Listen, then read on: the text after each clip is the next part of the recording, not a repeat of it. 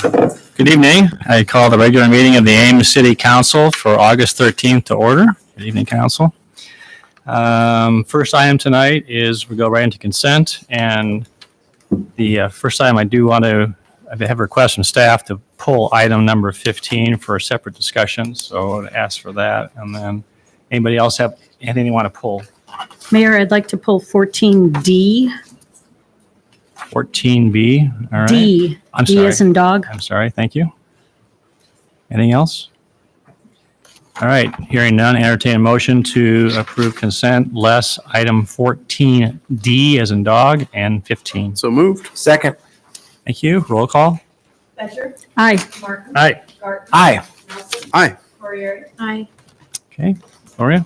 So I pulled 14D because I know that in the past, when we've discussed liquor licenses and we've had some issues at places, we've considered issuing a 6-month license as opposed to a 1-year license. And I know that the police didn't register any issues with STAS, but I'm wondering how we get them to go to training if they haven't been to training in a year and a half. First of all, thank you, Council, for supporting our efforts at liquor license compliance. Many of these reviews are perfunctory because the bars comply. In this case, you did note they've not been coming to our meetings, although they don't have very many violations. We communicated our expectations for attendance when we went through this review process with them. And I think the very fact that you pulled this for discussion gives us another mechanism for emphasizing the importance of it and highlighting to them the vulnerability of their license if there are violations in combination with the lack of attendance. It's difficult for us to support them if they're not running the bar well and they're not coming. So in this case, we felt they were not accumulating enough violations for us to prevail should they appeal this, but I really stand behind the sentiment of your question in calling this for discussion. It helps us a lot. So thank you. Well, my main concern is that the police feel comfortable with the fact that STAS probably is going to start coming to meetings and take this seriously. I don't know if anyone else on council has any concerns about it. Okay. If not, I'd move approval. Okay. Thank you. Is there a second? Second. All right. Moved to second. Any discussion? Those in favor say aye. Aye. Opposed or abstaining? Thank you, Chief. All Did right. that need to be a roll call? Just a motion. Okay. Next one is. All right, item 15, resolution approving official statement for general obligation corporate purpose bonds, Series 2019A. Thanks for pulling this from the consent agenda. I asked Steve to pull this because one of the recommended best practices is that the council take a separate individual action on approving the official statement. And just real briefly, it's the bond issue that you've seen several times through the budget process. Nothing has changed there. Just want to assure you that we're following the council approved debt issuance policy. Part of that is issuing this offering statement or official statement, which is similar to a prospectus for a private company, either for equity or debt. And in this, we lay out all the terms and conditions of the offering and then some financial disclosures about the city. And I want to let you know that we've not withheld any information, that all the information disclosed, and we follow all the required practices of the Municipal Securities Rulemaking Board, and that will include posting this on their website. It's called EMA, where we do all our pre and post disclosure information related to our bonds. So we're ready to go for a sale on the 27th. We held a rating call with Moody's this morning, and we'll see our rating next Thursday. Any questions for? And also, you have a bond counsel, an attorney who is basically. We do. We have there. bond counsel that helps us. So we hire some experts, and we also have some certified municipal financial advisor firm that helps us with this too. Okay, thank you. Entertain a motion approving the resolution. So moved. Second. All right, any discussion? Roll call. Martin. Aye. Garten. Aye. Nelson. Aye. Corriere. Aye. Becher. Aye. Thank you. We'll move on to public forum, and I have a couple of cards from people that would like to address council. And the first is someone who I think is kind of well known in this community, Mr. Roman Lynch. Would you want Thank you, Mr. Mayor, Steve, fellow council people. to? Sorry, Roman, I have to have you say your name and address. Sorry. My name is Roman Lynch. I'm at 3720 Jewel Drive, Ames, Iowa, 510. I wanted to stop by. I should have done this earlier, but I wanted to stop by because I've been the director of Midnight Madness for 33 years, and I'm not anymore, but I wanted to say thank you to the city of Ames for all the help and how we all worked together. I thought that was really great. And I wanted to let you know that I think we provided a quality event for, over the years, over 50,000 people. We've been canceled only one time, 1993. We have guarded the intersections without an incident. We have had a party every year without a problem. We have put up a double fence without hardly any complaints. We have given thousands a chance to achieve things. And we've given thousands a chance to express their social joys with fellow runners. And when I say we, I mean Midnight Madness and the city of Ames. Parks and Rec, the Water Department, Public Works, Police Department, the Electric Department, City Clerk's Office, and all the volunteers that we had at the race over the years. To them and to you, I say thank you for 33 years, and Ames is a great place to live. Thank you. Well, Roman, on behalf of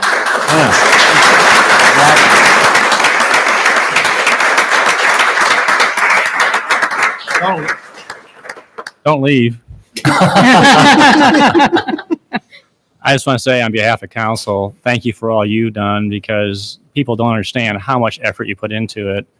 And for anyone who doesn't know, hopefully Captain Midnight will still be around. But Roman, thank you from the bottom of our hearts for all you've done to make this a successful event. I know it takes someone to spearhead it. I'm sure you put it in great hands, but thank you very much.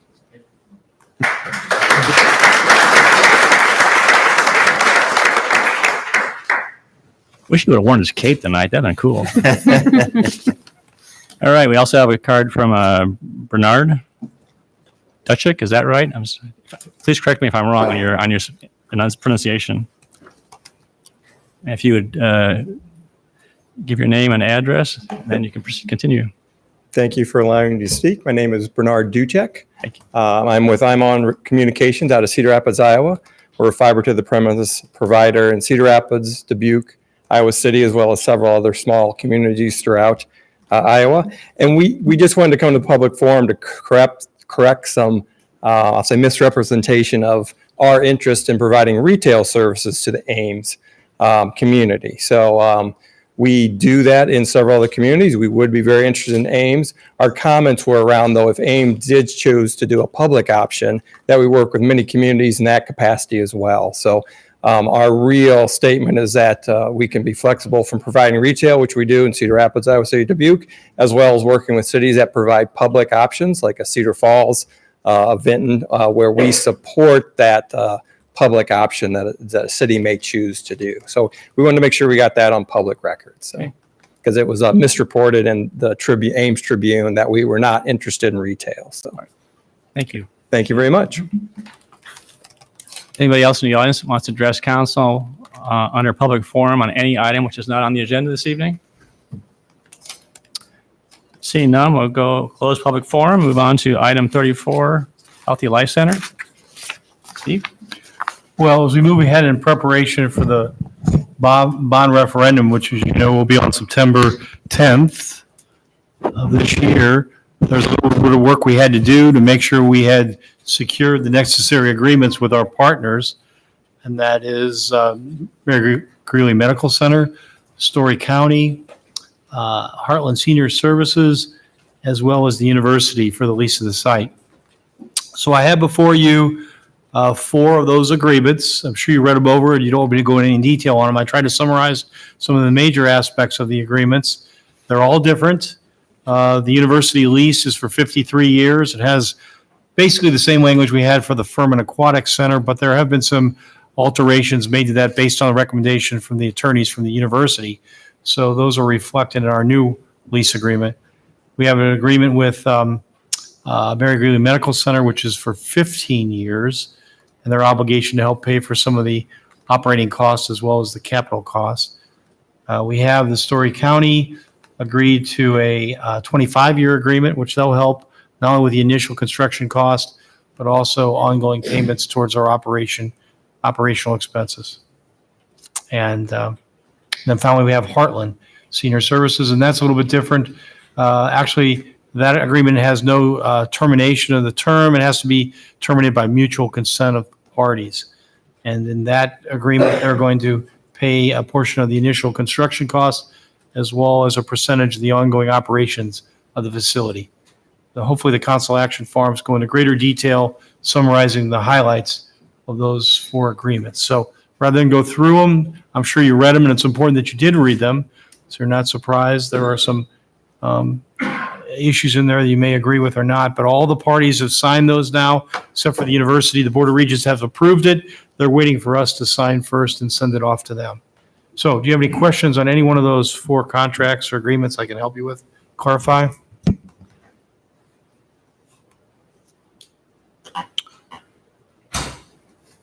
Okay, hearing none, I will open public comment. Is there anybody in the audience that wants to address council on this particular topic tonight? Seeing none, we'll close public comment, and I would entertain a motion on resolution. We'll take these individually. Right. Resolution approving a memorandum of understanding between the City of Ames and Mary Greeley Medical Center. So moved. Second. All right, moved to second. Any discussion? Hearing none, roll call, please. Garden, Aye. Nelson. Aye. Corriere. Aye. Fletcher. Aye. Martin. Thank you. Entertain a motion on resolution approving memorandum of understanding between the City of Ames and Story County. Move approval? Second. Discussion? Roll call, please.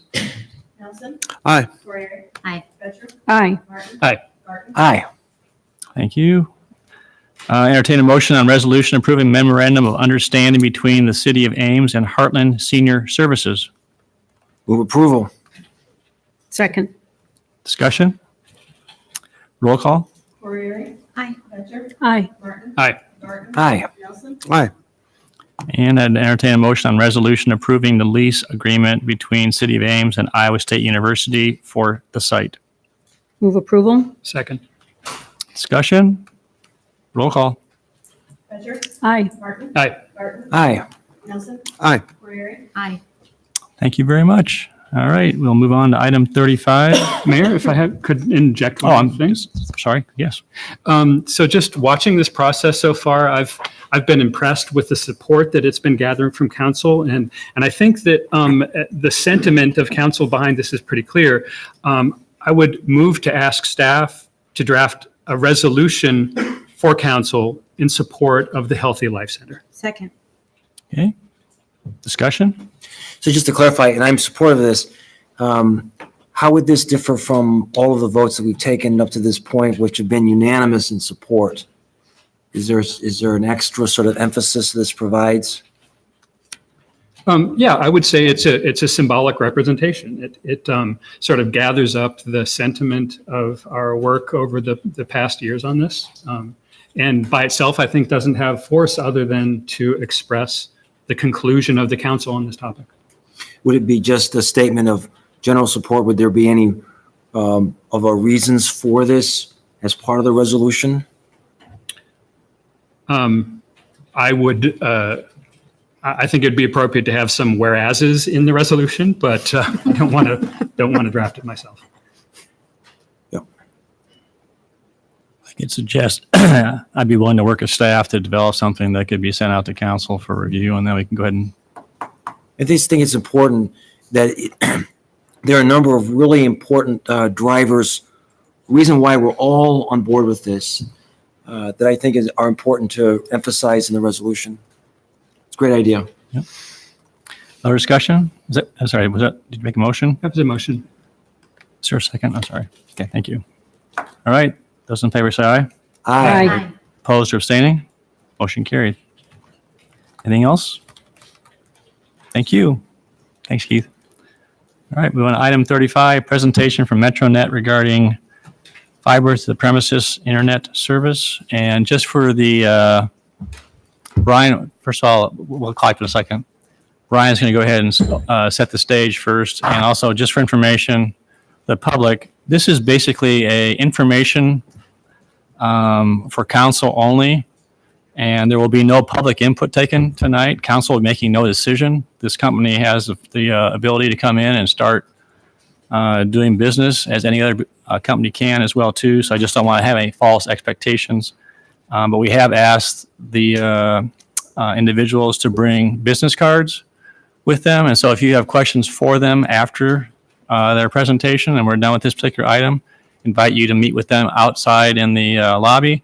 Ask your questions, and also you can reach them by phone, I think, or by email as well, too. So, all right. Ryan? Thank you, Mayor. And I'll just briefly set the stage here. Back in June, city staff reported that there was interest from a private company, MetroNet, to enter the Ames market and begin providing fiber to the premises service. The city council invited MetroNet to come present its plans with particular regard to the 6 areas the council had expressed interest in improving for internet service. And those are speed, reliability, cost, availability, customer service, and net neutrality. The city council also asked for reference checks of a sort with other communities in which MetroNet had experience. And those are provided in the attachment to your memo. And again, as the mayor noted, there's no action required tonight. This is purely informational. And again, there's no specific city council action that would be required to allow MetroNet or any other provider to come enter the market and provide internet service to retail customers.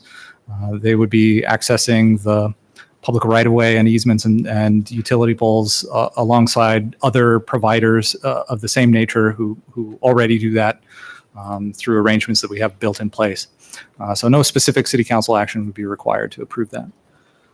There are, I think, 3 representatives of MetroNet in attendance tonight, and they have a presentation, and I'll turn it over to them to introduce themselves and outline their plans.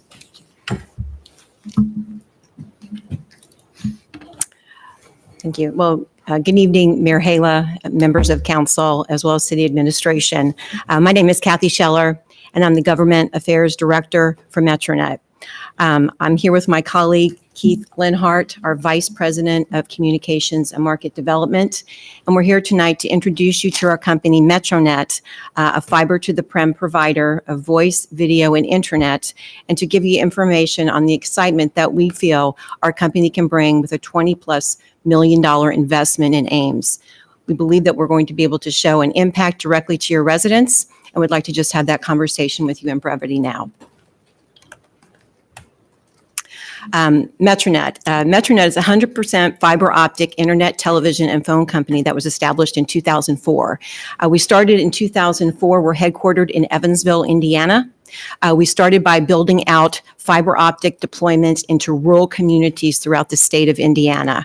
Some of the smallest communities in our state have access to fiber optic gigabit internet speeds, and they're some of the first in the country to have that opportunity to do that. Since 2004, MetroNet has grown rapidly to have 80 communities in 7 states. We have over 112,000 subscribers, and our fiber optic infrastructure passes over 300 businesses and homes.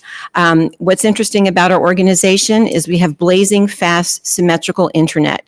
Our lowest offering is 100 meg down, 100 meg up.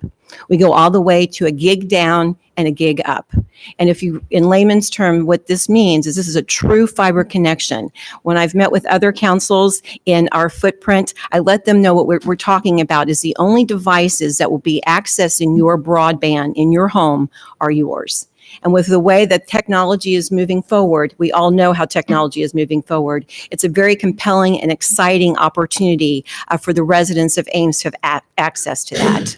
One of the part of our corporate culture is our passion for customer service. A lot of times when we come into a market, we're the second or sometimes even the third entrant into that market. We've known that our customer service option is something that has been a game changer for us in many of the communities that we serve. And it's something that we felt important enough to let you know is what we try to provide daily to our residents. Fiber optics, I believe sometimes we throw that word around, and what are the true benefits of that? You know, a true fiber optic to the premise connection gives you reliability, fast broadband speed. It allows simultaneous streaming, distance learning, telecommuting. If you've got residents in Ames, Iowa who work from home, and other municipalities that I've dealt with, they said that this type of infrastructure is a game changer for them and their ability to work from home and participate on a global scale. Learning distance, distance learning, smart cities, all of this enhances the quality of life.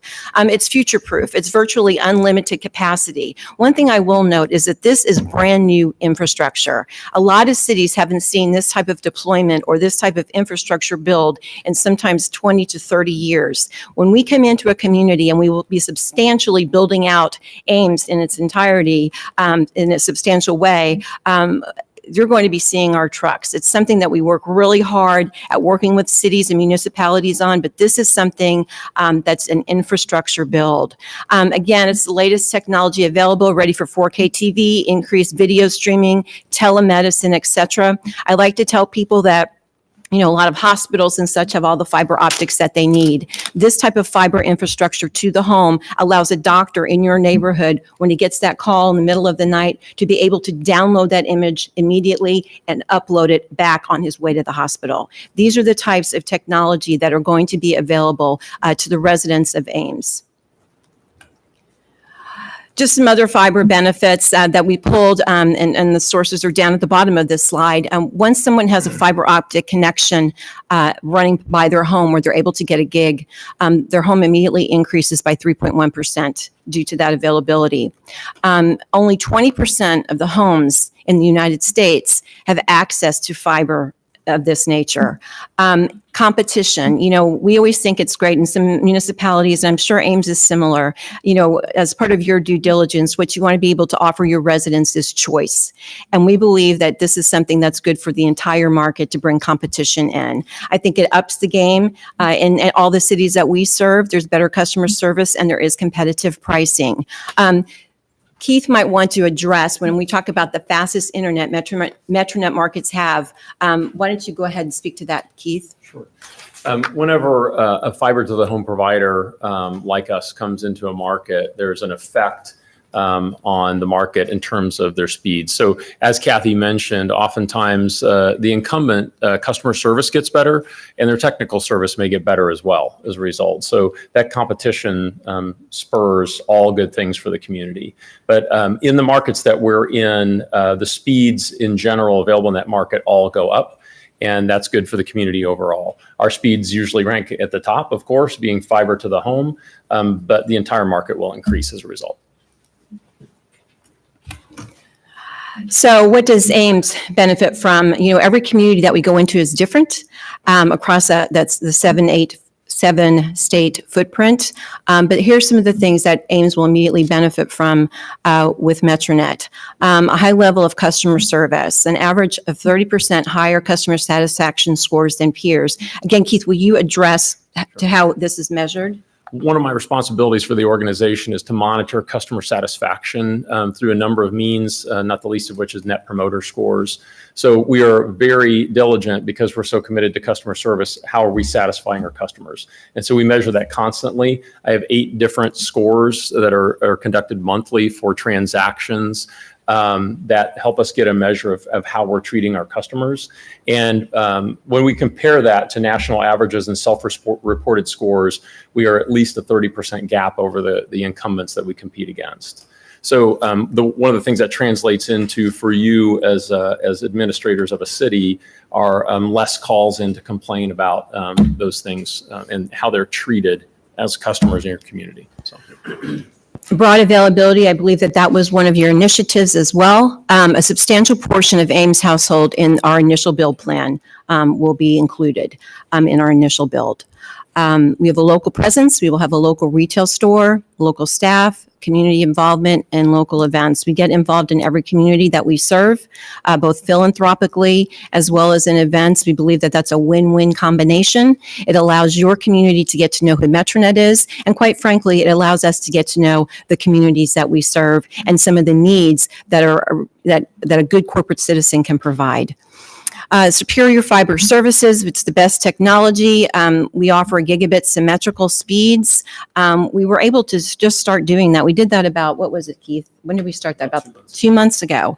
And it was really interesting. This is just a personal note.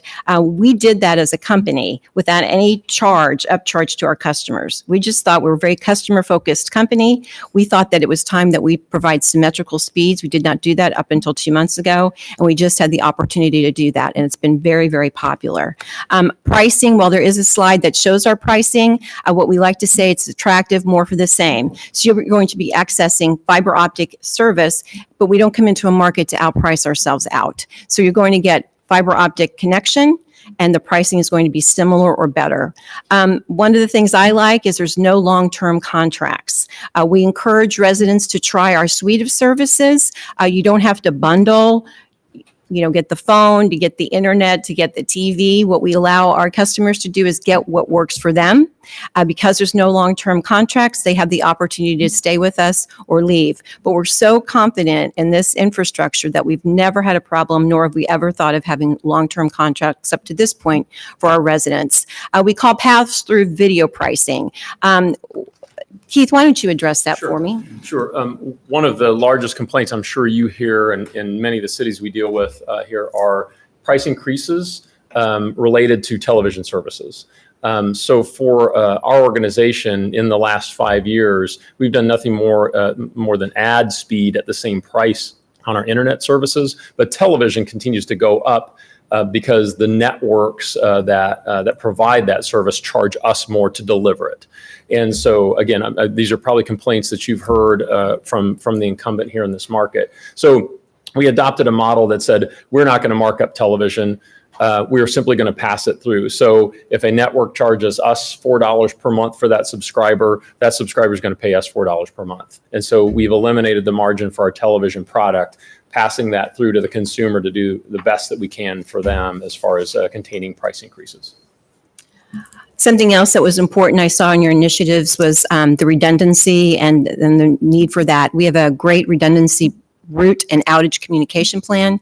When we come into a community and we design it in rings, whereby we have traffic. The whole community of Ames would be designed with rings in mind, whereby if a ring or area got cut, we can divert all the traffic over to the other ring while we go through repair. So we're very big about redundancy and making sure that the opportunity and outages as best as we can control are minimal. I'll go back to that. You don't have to go back though. And also I think what we've learned is we've continued to grow since 2004. They talked about the communication plan that not only goes out to everybody that's a subscriber of Metronet should there be an outage. We also work very closely with the city to notify any people that city deems necessary to make sure that they have the opportunity to let everyone know if there's an outage or not as well. So we're really big about communication, which leads us to the next slide. When we go in, as I mentioned, it's an arduous construction process to come in and build brand new infrastructure.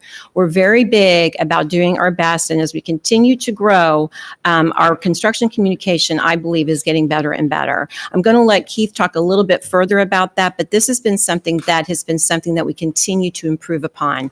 We want to make sure that when we come into a community, residents understand what it means to have brand new fiber optic infrastructure deployed to their city. We start out with construction communications to the residents, a letter, a postcard, signs in the yard. We have a construction website in which I gave you access to in my initial outline for this presentation.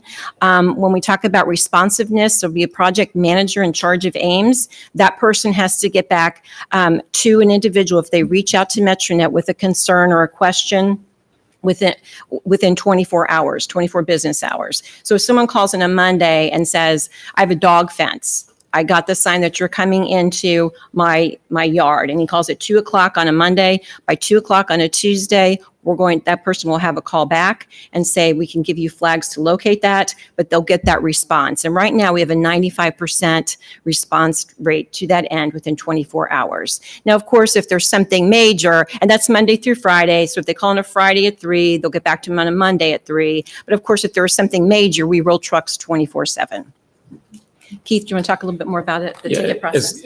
As Kathy mentioned, these are very large infrastructure projects. When we come in, it's often decades since you've seen the type of construction activity that we would bring to the community. And so our objective is to not create chaos that comes to you. We manage that through this system. As Kathy mentioned, we have many pieces to make sure that we are not surprising any resident. They know that we're coming 30 days in advance, days in advance, the day of. They're reminded constantly. And then we provide a ticketing system that's accessible in many ways for them to lodge a question, concern, or complaint with us. And then we provide you transparency so that you can see and hold us accountable that we are responding to your residents. And so we share reporting on that. And as Kathy said, we have a very good track record of being very responsive there. The majority of inquiries that we get through this system, just of note, is not actually about concern about the construction process, but is about when will the service be available and how much will it cost. So that still comes through this system.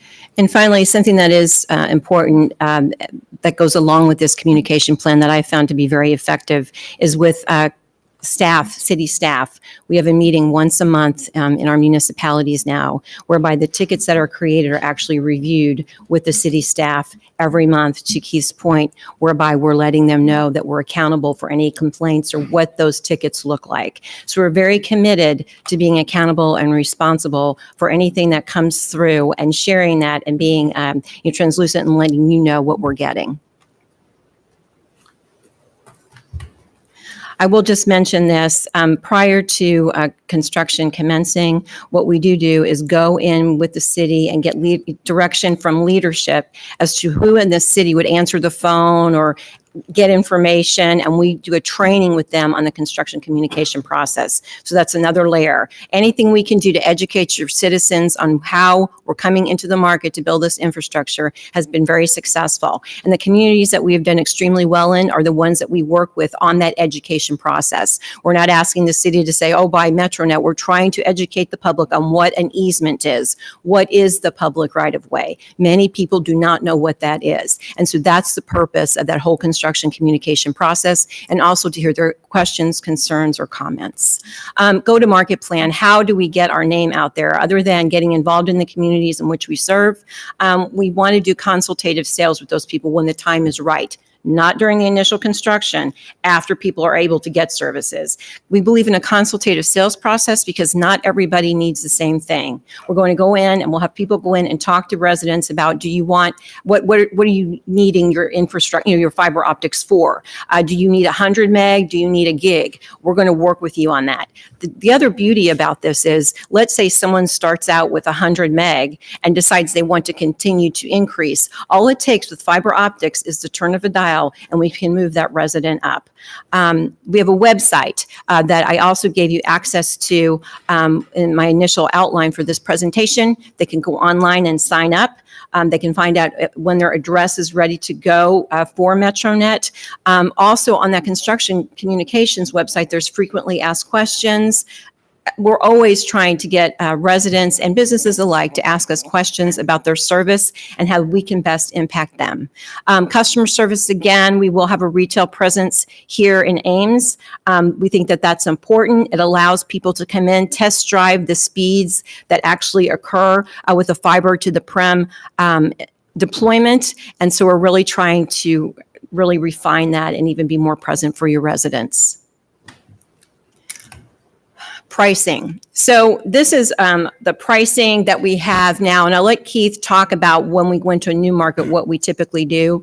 But this pricing here is just straight pricing that we have. You have 100 meg down, 100 meg up, $49.95, all the way to a gig, $89.95. I listed the TV as well as the fiber phone. Some people wonder about a fiber optic phone, but I've found out in some of my work with the company that people that work from home and have phone service have found that to be something that's been very important to them. So it's been something that they've been really interested in as well.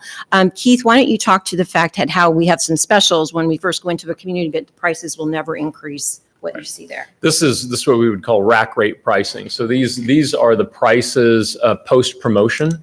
So no one starts at this price. So as we enter a market or as they become a customer for us, whether it's the first month that we're available or years later, there are always promotions available that provide them an incentive to try higher speeds. But they are not bundled prices. So you don't get a better price for including television or excluding television. So that gives people the freedom to choose the services they actually need. But suffice it to say, there is always a promotion available. Oftentimes, $10 to $20 off those initial months, ranging from 12 to 18 months promotional period before they would revert back to this rack rate pricing. Finally, before the last slide, I think that the next one is the last one. So you can go ahead, Brian, and do that. Thank you. Thank you. But what I wanted to mention is a couple of things. First of all, I appreciate the due diligence of this council in really looking at the impact of a fiber optic build for the residents of Ames. Some questions came to us from Councilmember Martin earlier, which I know that you've all shared. I believe they'll look for a company with their policy on net neutrality. Metronet adheres to net neutrality since our inception in 2004. That's important. We believe it's exciting to have the opportunity. We do our due diligence quite thoroughly before we come to a community. We're in Iowa now, in Bettendorf and Davenport. I'm sure that you've reached out to them for discussion as well. That is going extremely well. We're excited about the opportunity and the chance that we could have to come in and spend between $20 and $30 million on the infrastructure for Ames, Iowa. It's very exciting to me to see how this type of fiber to the prem can be a game changer for residents. As mentioned in earlier slides, less than 20% of all communities have the ability to have this infrastructure. And we as an organization are excited to have the potential to come in and have this impact with your residents. Thank you. And I'm sure that you have questions for us, and Keith and I will do our best to answer. Before I say the end, I want to introduce Dan Casciato. He's another layer of communication that is going to be here just for Ames during the construction process, who will work immediately with council as well as the mayor and city administrators, just to be certain that construction goes the best it can. So again, thank you, and we're excited for the potential to become a member of the Ames community. Council, questions? Really quick one about the pricing. Do you differentiate between residential and commercial customers? We do. Typically with residential and commercial, the commercial customer is someone who we usually personalize that package for a lot. They might, want a wide area network, for instance. We will go ahead and work with that. So we have a business team, small to medium-sized business team, as well as a commercial team that works very closely with businesses. We also have a team that does school and government entities as well. Could you, obviously, council is going to be very sensitive to the feedback and response from residents. Can you describe what a neighborhood might expect their yards to look like? Or, when you're doing a build out in terms of, you said we haven't experienced this before. So I think that a realistic picture is in order, not a Certainly. prettied up, but are we talking about all the parking areas basically being trenched through and trees being disrupted, and So- help us understand. Sure, certainly. And then Keith, if you want to weigh in as well. But so when we come in, as I mentioned, so before we even go into a neighborhood, I'll just start from there. We will have a pre-construction meeting for that neighborhood with the city officials, any utilities that are there, our people, our outside plant engineers, the people that manage the subcontractors. Everybody is in the room looking at the area that we're going to go in. Now, what will happen is we follow power. So if power is above, we will string the fiber across the power. If power runs beneath the ground, what we do is we directional bore, and we will go into that public easement and do the boring machine like that. It's less invasive, but a true picture is it's going to be, for a period of time, torn up. We've gotten better at this. So what we do is we now restore as we go along. So once something is, we go through and we dug up people might say you're digging up my yard, even though they've been noticed. I will tell you this, on the construction communication tool that I gave you, there's a frequently asked question that talks about exactly, to your point, Mayor, what this really looks like. That it is not, it's an arduous build. But what we do is we follow up as we go along and we restore. The important thing to know is, especially here as I'm learning, because I always seem to come to the northern parts of our states, is especially, let's say we restore something here in Ames in the winter. It's restored, the winter comes, and that person, the spring, the thaw comes. When does that thaw come here, by the way? Yeah, I just didn't know. I was, I'm trying to get it. I go to Rochester too. So anyway, so what will happen is, let's say that resident calls back and says, this restoration was not good. We will come back and make it right. And it was interesting, the comments and the work that Brian did with communities that we serve. I went ahead and looked at all of that, and I passed that around to leadership. And it was interesting to me how we've come as an organization from Lafayette and the early times. We didn't even have a construction communication website at that time, how we've grown to do that. So we're very cognizant of the fact that restoration is of utmost importance to the residents in every single community we serve.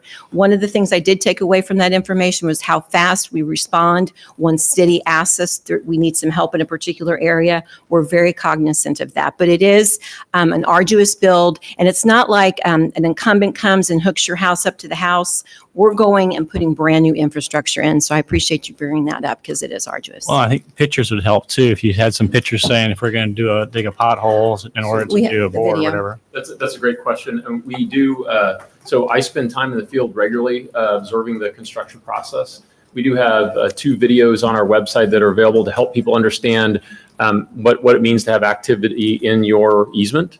As well as what do some of our construction processes look like. So at the end of the day, someone that we've disturbed their yard in a way that's unsatisfactory to them, we've just lost a chance to have a customer.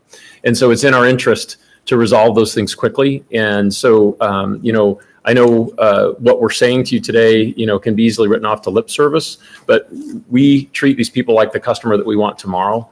And that's critical to us. So, a lot of those things I would just add, a lot of those construction processes, having observed it myself, oftentimes the impact comes and goes in a day, perhaps before someone, after they've left for work and before they get home. Our ability to cross their yard and while it might look disruptive and there might be holes in the ground, it's oftentimes restored before they even return for the day. So we do move quickly on that as well. And what I will do as an action item, Mayor, is I will send those videos and that link to Brian. Very good. Okay. Yeah. Kathy and Keith, thank you for coming in your presentation tonight. We have received, I'm going to make a guess, council can correct me, I would guess somewhere in the neighborhood of 25 emails, maybe 30 emails. And there are a number of people here in the council chambers tonight that would want us to pursue some kind of program for a utility that would provide internet service on a community basis. And the primary reason that I've heard loud and clear is that we want to make sure that this kind of internet service is available for all of our community. And so if what you're doing is only going to benefit half the community or 3/4, and we're leaving a lot of people without the kind of service they need for their children's education and for their work and so on. Could you speak to the issue of coverage? I think there are a lot of people that are very interested in that. And then Keith, you could jump in as well, but I do understand that. And every municipality we go into, that is always a concern. When you're deploying this type of fiber optics, as you know, density is very, very important.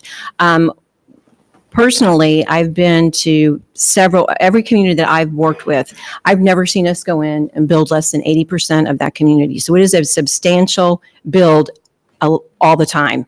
If there's a density issue, what I like about Metronet is we'll have conversations with HOAs, groups to figure out how can we get there. There's going to be pockets, to your point, that are just not dense enough for us in the initial build out to reach. However, I've noticed in our leadership that we are open to discussions and looking at real problems and coming up with answers or trying to come up with a solution for those residents or businesses that we're not getting to.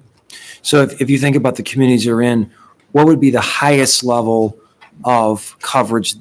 And maybe this is not something you know off the top of your head, but is there a way you can estimate the highest number in a community? That we have covered? Mm-hmm. I can find that out for you. That would be a helpful data point for us. Okay. And again, that's going to vary tremendously based on the way in which that community is Correct. spread out. Correct. So for people who are watching and listening in tonight, the rate of return has to be there in order for you to deploy the infrastructure. That's and correct. so there has to be some kind of cost benefit analysis, and we appreciate that. But it's a helpful data point for us to know in your business models what that's been. Okay. The second question I had is, what kind of time frame are you looking at? Are you're coming today to announce you're coming to Ames, and so welcome. But are you thinking about being here as early as this year? Is this next year, 2 years? What's your time frame? So thank you for that question as well, Councilmember Garten. I called our EVP of construction just to confirm that. And what we're looking at is this coming spring to have our hut or the brains of our operation set. We'll soon start construction, during that time. We anticipate this being, I like to say, a 2-year weather permitting process whereby we're in and then we're out and then we leave it to the people that manage our network for us. So the construction part will take about 2 years starting in the spring is what I've been told. Okay, thank you. Can I go back to Tim's question about the issue of coverage? I have a ward that is mostly the older neighborhoods of this community. In fact, I don't think any of my neighborhoods are newer. And I'm somewhat concerned when I read the report that Brian has supplied for us saying that in Bloomington, the older neighborhoods did not get the coverage and the poles seem to be a concern there. Can you talk about the issue of older neighborhoods and Certainly. As a matter of fact, I was at the meeting where we had the comment about the west side of Bloomington was what it was. And they are older homes. And council passed the opportunity for us. Their poles were failing in that part of the city because of the age, I suppose, of the city. We could not get our infrastructure on those poles any longer because they failed. And I know you're a municipal electric, you know about Make Ready. What the provision was that we came up with the council there that they approved was that until those poles were exchanged out for new poles, Metronet could stand a small pole next to it just in order for those residents to gain access to the fiber optics. It's unfortunate, once that passed, that residents, as I saw in Brian's comments, did not want that because they did not want the poles. What we're telling you is the poles are a temporary thing until the other poles are changed out. Then we would have taken those poles down and put it on with everybody else on the newer poles. So that's how we look at that occurrence. But it was a very long, arduous process for me to get that approved through City Council in Bloomington so those residents could also have the opportunity to access the infrastructure. Regarding coverage, can we get some maps of where you'll be building out? So what we do is we've begun to design the city of Ames. So what we do is we go through optimization, we go through a lot within construction, but we will be able to give you sort of a pretty good blueprint of where our initial coverage would be. Yeah, in fact, I would add to that, Councilman Martin, that Once the activity begins, you can see how that is shared on our website at metronetinc.com/construction. And you can select other cities and states where we're active and see the level of detail that we share once our projects actually begin. It allows a resident to dig all the way down to the street level to see where service will be available. I guess I'm imagining that would show construction plans that you actually have, but it wouldn't necessarily show all of the areas that you intend to cover in sum total. And that's the area of interest for us. We want to make sure that our residents have options locally. So I think what you're doing is great, but I'm not sure it's exactly what I asked about. So, the final decision on exactly where our build parameters are isn't fully organized yet, but at a point that it is, we will share that with you for sure. Well, that's that great. is something we want you to know. And then another thing, and just to the point where Keith was going with this, once we come to Ames and start our construction, the entire city will be on there and you'll be able to see current construction, future construction, where we're going. So you'll be able to have that blueprint. But I've made a note to let you know when that optimization would occur. That's great. Is that something that you plan to experience fairly early in the process, or is it later in the process, or how does that work? Those maps are shared as soon as we put our first shovels in the ground. Okay. Because it's part of us sharing both with you and your residents, where we're going to be active from a construction standpoint. But it's also most often pursued for, where the service areas are. So it kind of has a dual purpose. Thanks. Yeah. You mentioned having a local office. What are your plans for opening that office? What time frame?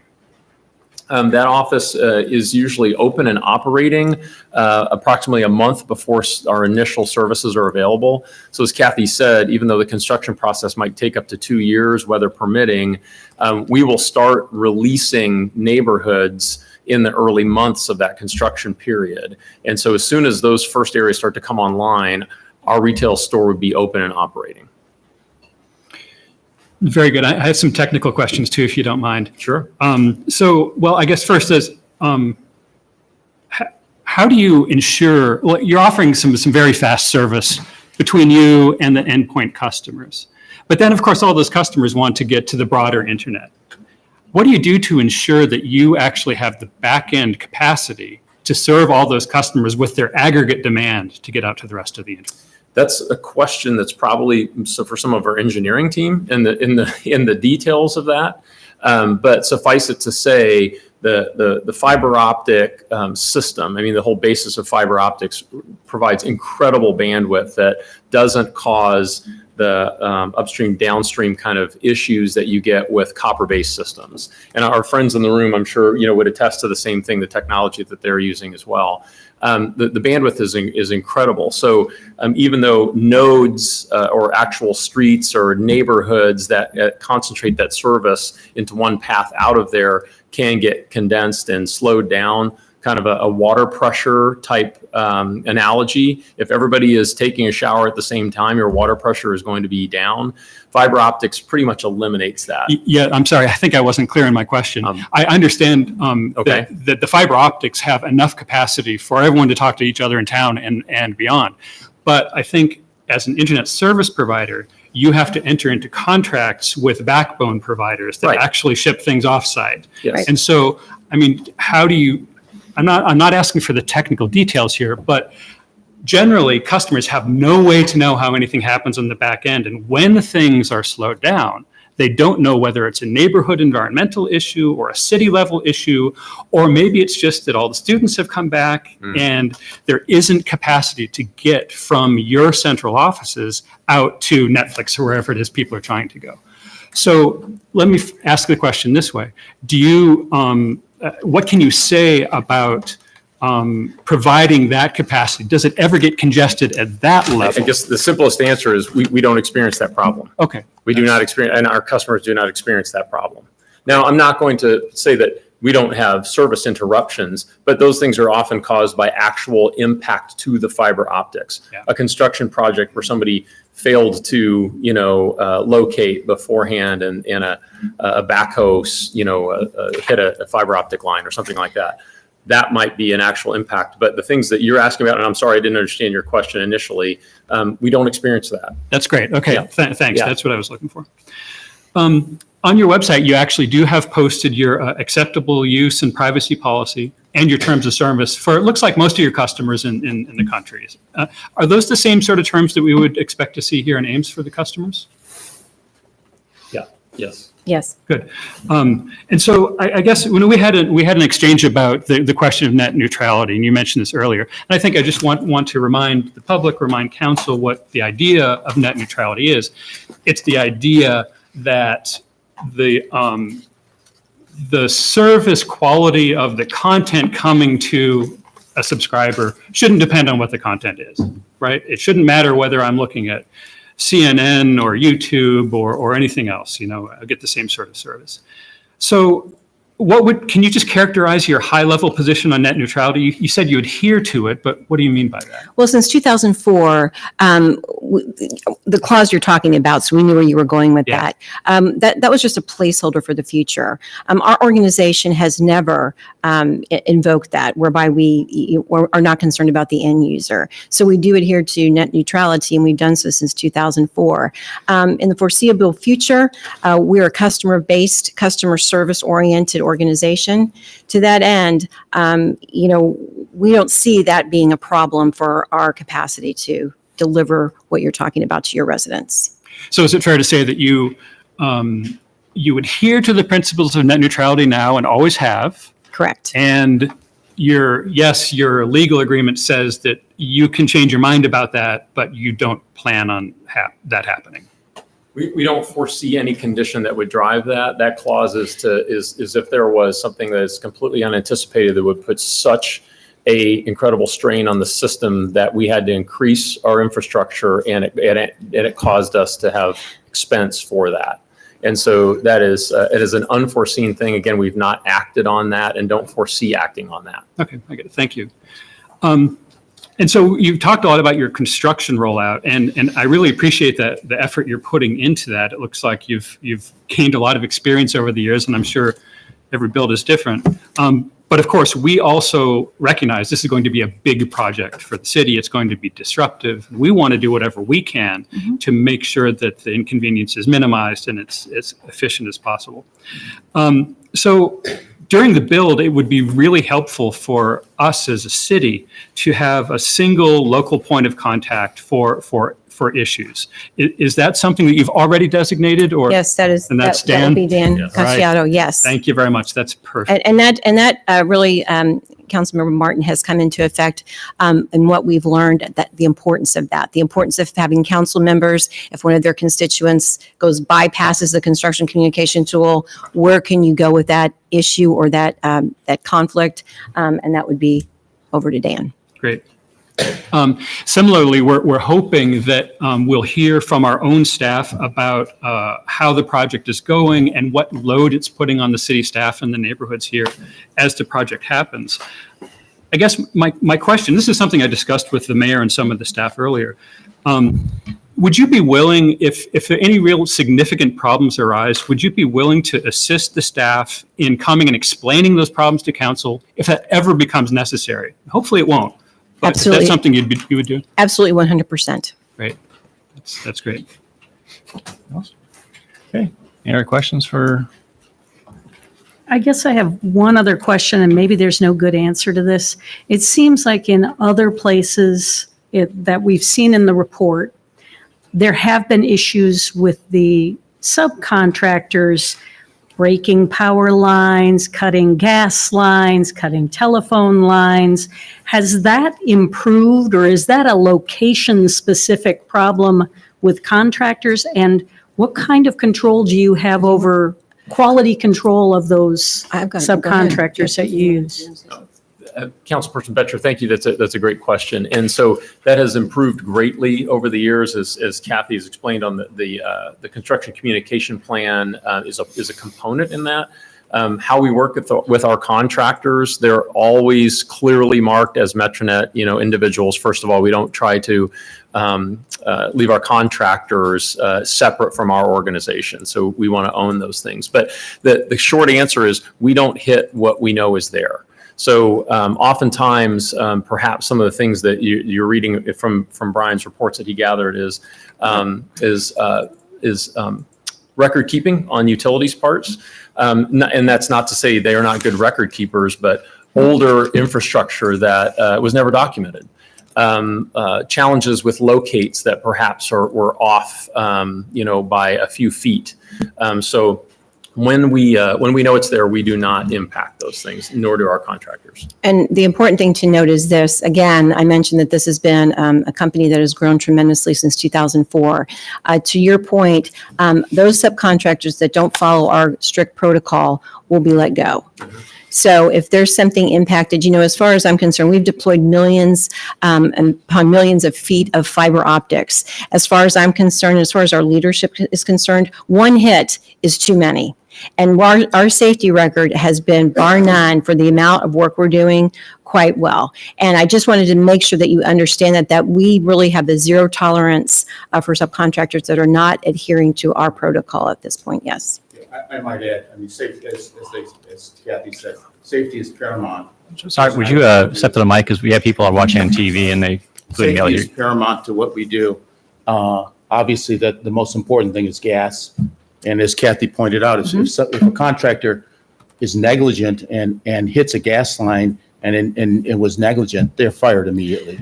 And so that's what I'm saying. So what we do is we monitor very closely and we follow a strict protocol.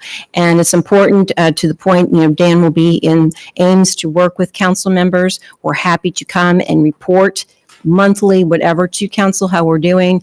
But we really do have a good track record of resolving. And I just wanted to say we're very excited about the potential and about the potential impact for the residents of Ames having MetroNet become a part of the fiber optics here. So if I could summarize, what I heard you say was that you'll not start construction until spring of 2020. Is that correct? Correct. And you're anticipating 2 years?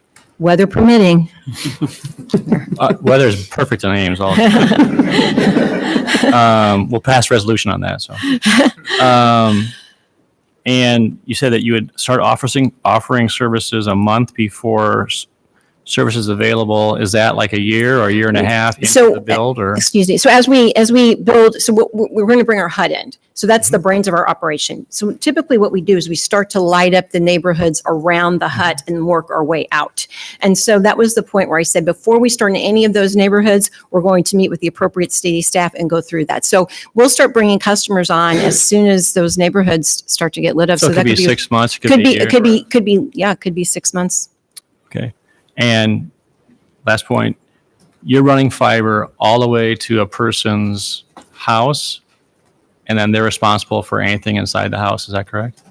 We're responsible for the equipment in their house even. So, part of our agreement with our customers is that any of the equipment that's in there that we've placed is taken care of by us as well. Okay. And yes, it is 100% fiber from our plant all the way into their house. Right. Any closing comment? Sorry. But to be clear, the customers usually will also have their own equipment that they are responsible for in their house, right? Customers can opt to use their own router. We supply a router with our service. That's included in those prices that we showed you there. Okay. And then if they have a house of a certain size and they need range extenders or what we call whole home Wi-Fi, we also supply that equipment. So really the majority of the equipment is supplied by us, yes. And one other question occurred to me. Do your plans for providing service, are they limited strictly to the city footprint of Ames, or are you going around outside the edges too? I can't answer that right now. Fair enough. Yeah, Okay. and not because I don't want to, but I don't have the knowledge to say exactly where the city limits stop. But you could follow the concentration of your neighborhoods and probably draw a line around those to see. Okay, thanks. Personally, I'm really glad that you came to speak to us about this. It's been informative, and I know there are a lot of people in town who are interested in this service, and so again, just thank you for coming. Thank you. Any closing comments, Brian? I agree with Councilman Martin. That is, you didn't have to come. We appreciate your coming and explaining. Obviously, you're free to come, but thank you for coming and investing in Ames, and we look forward to staff updating us as time goes on. Thank you very much. And we will have our cards available outside. Yes, and anyone who wants to ask some questions, I'm sure they'll be staying out in the lobby. You're welcome to do that. So thank you very much. We appreciate your time. Thanks. And council, I would like during council comments to make a motion related to the future agenda item for our internet future. All right. Move on to item 36, staff report regarding outside funding request process priorities. Brian? Thank you, Mayor. This was something that was requested in February during the budget wrap-up session, that we have a conversation about the priorities used for the outside funding request process. I don't have a lot of guidance for you here in this material. This is really open-ended based on what the council's interest is here. Other than we have a couple of months until November, when we will close the application period for this funding request process. So if the council identifies new priorities or a rearrangement of the priorities, we would communicate those to prospective applicants here shortly and open that application period. I think in October is when we typically do that. So I'm happy to answer any questions that you might have. Any questions for Brian on this? Brian, what kind of challenges have the citizen committees faced, given this list of priorities and the kind of general nature of that pool of different organizations? Well, it's important, I should note, during that same budget wrap-up process, the council directed us to review these as city staff and no longer involve outside residents in that process, which I think will help provide some longevity with the issues over time. I think the issues that the group faces are similar to issues we face in other funding request processes, in which there are lots of great ideas and there's lots of interest, and there's always more interest and proposals than there is funding available. So in the past, we have asked the applicants to prioritize their own tasks that they're proposing be paid for by the city in their preferred order. And then if the city council awards less than what they've requested, we can simply start cutting from the bottom of that list to get to an acceptable cost for the different services that are being proposed. But in general, the challenge is just fitting everything into the available funding there is. The more clarity the council provides, the more specific direction, I think the easier that perhaps becomes. But again, as you make those priorities more specific, then that's going to start to exclude things even more. And that may involve services that you have historically funded on a recurring basis even. So just if you can make your preferences as clear as possible, that benefits the staff and the applicants as well, so they can tailor their applications to what you're interested in. Brian, a concern I've had is that I want to be careful not to communicate a sense of entitlement, that if an organization has received funding the last 2 or 3 years, it doesn't necessarily mean, and I worry about organizations sort of banking on this, counting on those dollars, because it sort of limits the horizon. If there's another organization that has a worthy idea, there's no room at the table. So I really appreciate item 3 as an emphasis that these requests are going to be evaluated on an annual basis and provide opportunities. Our community changes, and so we need to create flexibility for those priorities to be adjusted over time. Okay, so in the staff report, there are 4 bullets that were actually adopted a number of years ago. Is council okay with continuing on with those 4 bullets, or things you want to change to that? Otherwise, we probably can go ahead and continue moving on with this particular topic. I think one of the challenges that I've seen, at least in reading over the applications, is that it's difficult to quantify things like broad-based appeal. I'm not sure what that means. And I don't know what it takes to be broad-based. Is it representation from a number of groups? Is it the number of people who are involved? How does staff or how have those teams interpreted that? Not sure that I could point to a specific application of that. It was something that was important to the council when this was established. But it is kind of a vague criterion. So I have trouble with it primarily because most of the organizations that apply for things don't seem to give us a lot of numbers. So I don't know how to interpret broad-based appeal. I don't know how we'll be able to fully answer that. A lot of the do provide substantial documentation on numbers of people that they serve, targets. But I think I'd rather, we want to have that. We don't want to leave it completely open-ended. Tim's book club is not going to have a wide community appeal. So I think having that there for the volunteers provides some guidance for making sure that we're doing something that's broad-based. But I agree with you that term doesn't lend itself for quantification. I guess I'd be more comfortable if we actually said that whoever applies for these funds has to make a case for what that broad-based appeal is. And whether that's, the breadth of the types of people involved or whether it's the sheer number of people involved. I haven't seen a case being made for at least some of the applications that we've gotten, and yet we still funded the organizations. So I feel like we get a variety of levels of data. Some data is very specific and very detailed, and other data is more general and maybe going for the feels good kind of appeal.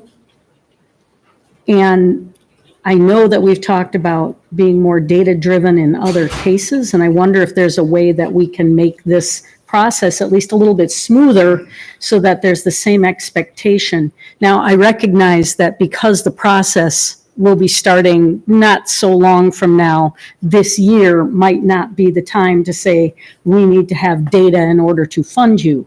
But personally, I would like to see us looking at data for all of these organizations so that we know what the outcomes can be. What's the impact?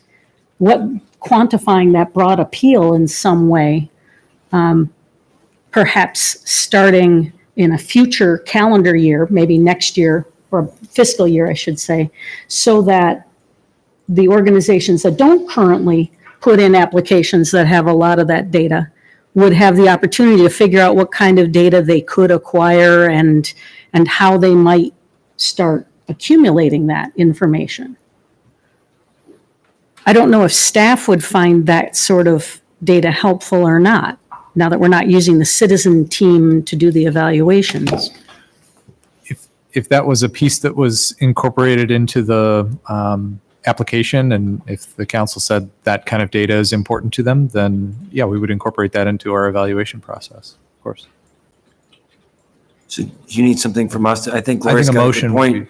would be helpful. Do you need something from us to put that in place? Well, I think staff needs some direction in terms of, first of all, I guess there's two questions. And one is, are the 4 bullets that are in place right now, are you willing to let those stand for this coming year? And if so, I don't think any action is necessary because they're already in place and are being used right now. I do have one quick question about the 4 bullets. So before we were placing a greater weight on, number 1 and then down, that's not the case anymore, right? Correct. Because to me, the most compelling piece is a program or activity that would otherwise be operated by the city at a greater cost. I mean, I think that was the whole reason why this funding mechanism was established. And I think that we should continue to make that the greatest priority. So would you suggest that the 4 bullets that are basically dimensionless remain in that same order? And they become 1, 2, 3, and 4? Yeah, I mean, I don't have an opinion necessarily on 3 or 4, but I think 1 and 2 probably should be given greater importance. And to me, I see broad-based appeal as the number of people being served. Again, when I think about programs that may have otherwise have been operated by the city, I'm thinking of programs that would serve a fairly wide audience. So would you want to keep that as number 2? Yeah. And I think gathering some numbers on number of individuals served or number of visitors or however we want to gather that data is appropriate. So do you all make a motion regarding just basically leaving those 4 bullets in place, but just have them ordered sequentially in priority then? Yes, that's what I would move that we do. Is there a second? Second.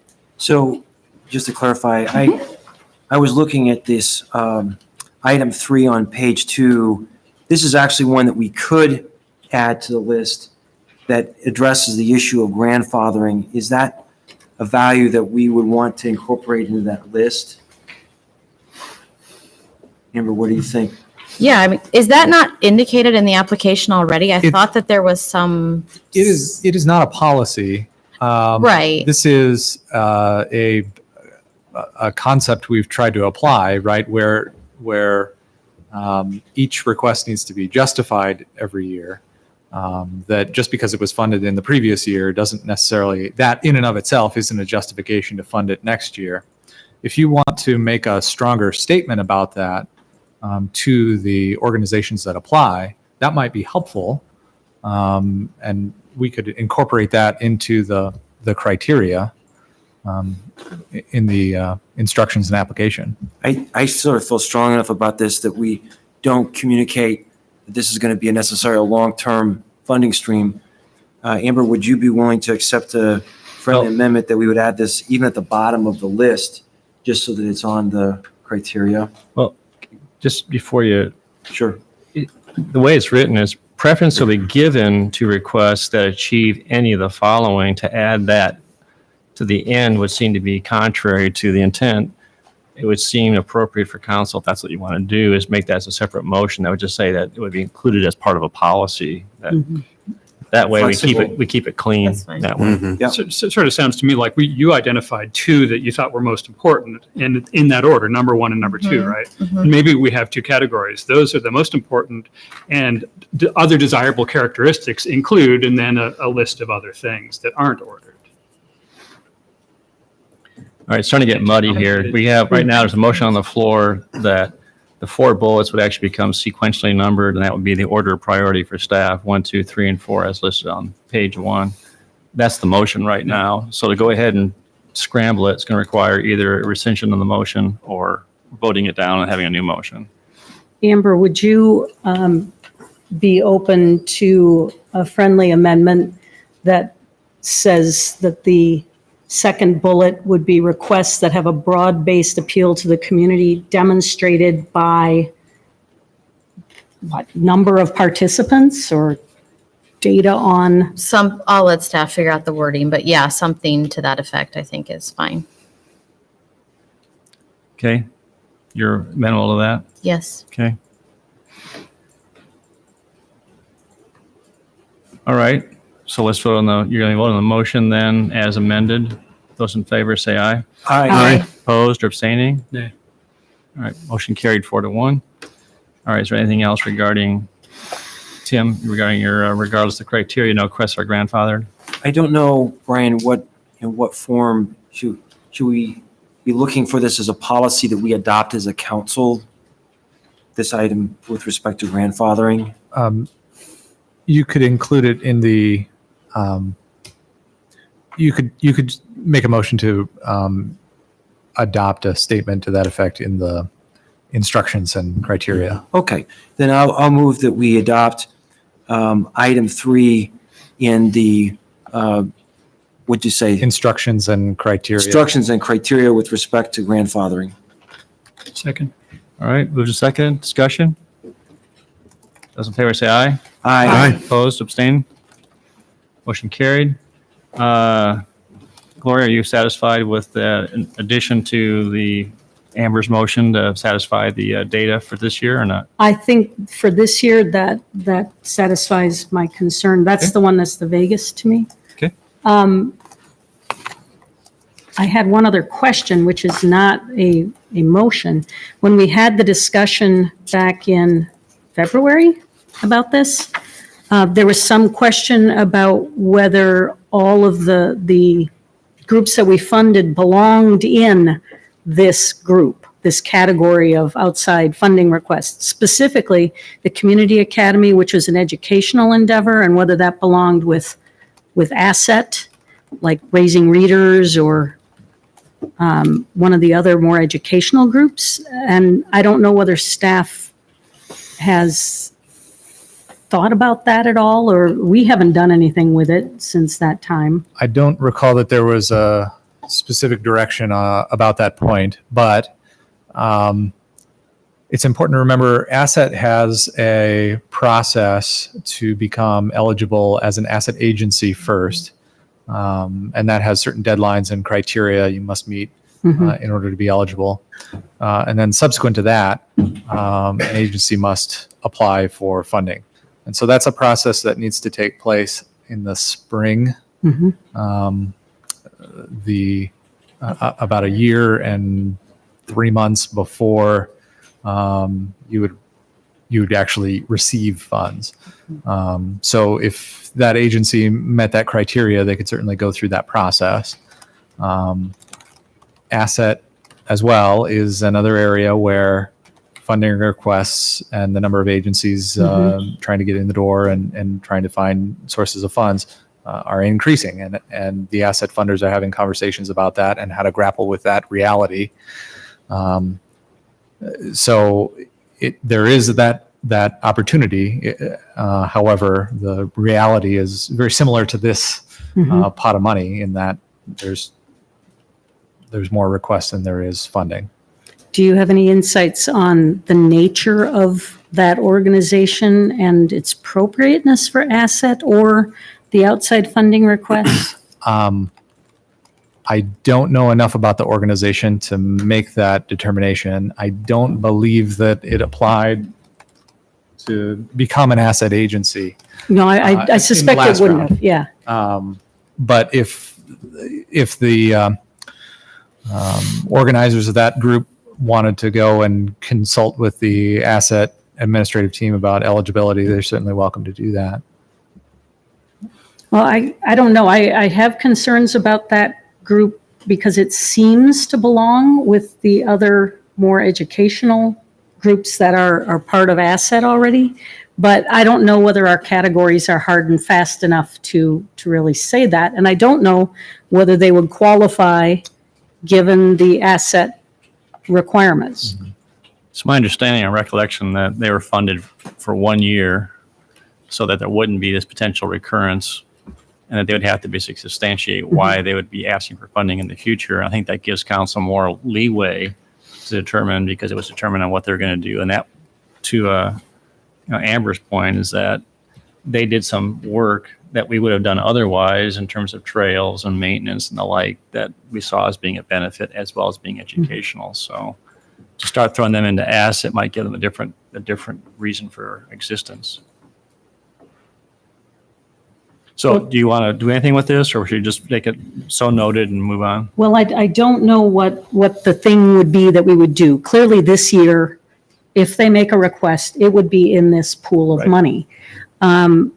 I would like to see us encourage them to investigate the asset process to see whether they are suited to it or not before this next round of asset applications.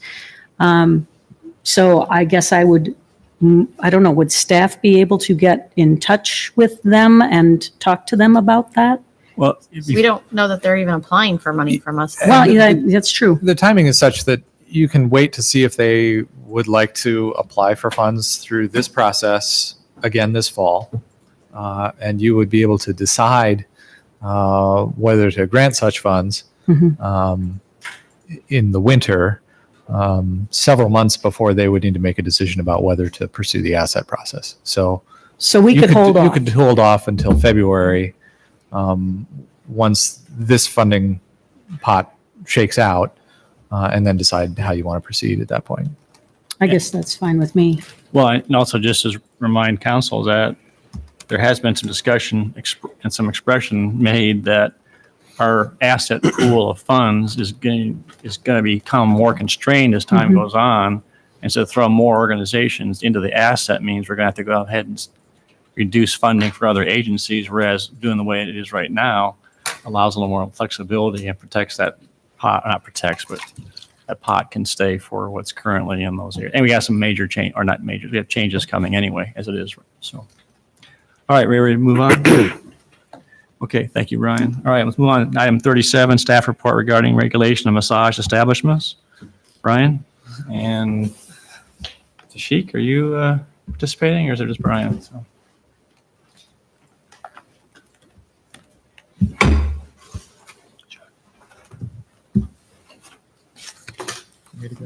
And Chief. You'll recall that we had a workshop back in April regarding this topic, and that was really just an information gathering exercise and to understand what options are out there related to regulation of massage establishments to prevent human trafficking. And the council gave us some direction to gather some more information from other communities regarding the different elements of their ordinances and bring back for discussion an ordinance along the lines of the ordinance used in Des Moines, as well as two additional pieces. One, to a provision to hold owners and managers responsible for complying with the law and ensuring that they meet this new set of regulations that the city would adopt. And also require that they provide and maintain information regarding the individuals in their employment who provide massage services. So we have for you the background information regarding elements of other ordinances. If you have an interest in picking any of those out and also including them.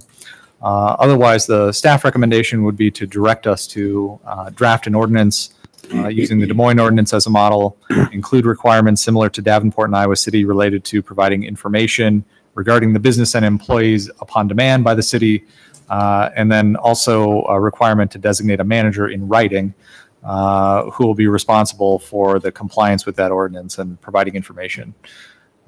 If the council chose to pursue that alternative, we would go back and draft an ordinance and bring it back to you for consideration.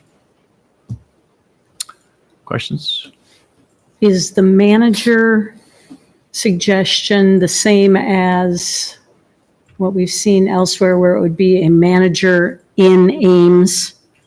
Or is the proposal simply to have a manager and it doesn't really matter where that manager is? I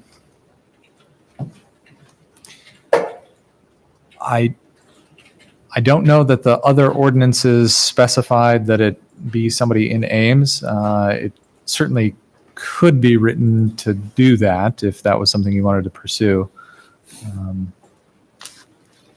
Somewhere I would be got that problematic to include idea. that. Well, she's looking. I did a couple questions. That is, Chief, would it be helpful? And I think I'd be interested in getting some of the public's input on this too. That I think we talked about this at the work session. That is that if you have a business with multiple therapists, that when you walked in, there would be actually a copy of a license and a simple picture of that therapist. And then also in the room where they're actually providing the services, the same thing.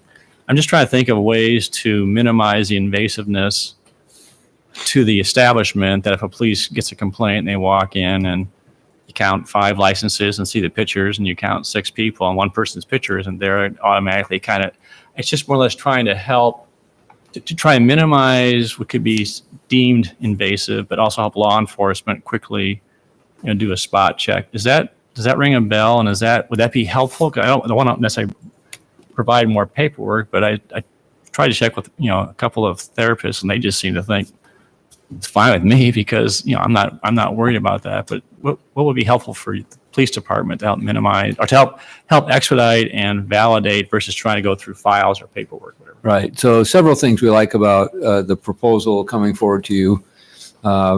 First of all, acknowledging that the ability to placard a business and say you're closed, a very potent tool, and it puts a stop to any potentially illegal activity until these issues are resolved. So even better than a fine, that ability to placard a business is a potent tool in managing a business that's functioning potentially illegal or in conflict with the ordinance. We would like the ordinance to give us the ability to go in and match up the license with the therapist providing services. And, I'd like to think in most cases that can be done without creating a real onerous kind of interaction. And a key to being effective there is the designation of a manager. We like to be able to talk to somebody who has some responsibility for the operation of that business, rather than dealing with 3 or 4 employees who legitimately may not know and know the scope of their job, but not the rest of the operation and not the ordinance. So both the manager function and having the license available to match with each individual, I think are key elements. Having the license on display in the service area may help customers and may help the community be reassured that this business is operating in compliance with this ordinance and community expectations. I think that's a pretty potent package for us in terms of frontline interaction, while not being too intrusive on the legitimate massage operations that we do have in place here. And then I talked to one individual, and he actually just rents a room in a business, and he's licensed massage therapist. And so would he be considered the manager then? Like he just has he comes into a common area and it's just a room in the back, and he provides that service. And I think it's reasonable for the ordinance to ask somebody to have that responsibility. Some of these are sole proprietorships. Right. And I don't want to describe the whole profession, but you may have one person who is the manager. If you have 2 or 3 people working in a startup, the responsibility then would be to designate someone to have that knowledge and responsibility. It probably falls in line with other responsibilities that they would have. So again, I think we're trying to create some accountability without necessarily creating a bureaucracy that's difficult for the legitimate businesses here, or for the city to operate on. And so hence the kind of middle of the road recommendation. And I should say, as with other ordinances, if we find we have a problem in the way we've written something or a loophole in an ordinance, we're not afraid to come back to you and say, we have something here that isn't working very well and we think it should be revised. So very willing to do that if our first stab at this is not sufficient. And then last question, Davenport has also added reflexology. And what's interesting is that after we had our work session, I happened to be in Eastern Iowa and picked up the newspaper, Davenport Times, and there was article on the fact that they had just licensed that. I don't understand all the nuances of that. Is that something that would be important to consider, Brian or Chief or Tashi? If I remember correctly, reflexology is discussed in the Iowa Code section that regulates massage practitioners and outlines who's exempt from licensing requirements and so forth. I don't recall exactly how that works, but we could certainly, as we draft the ordinance, evaluate that and come back to you with some recommended language. Okay. Gloria, did you find what you're looking for? Or? It was local, meaning Iowa.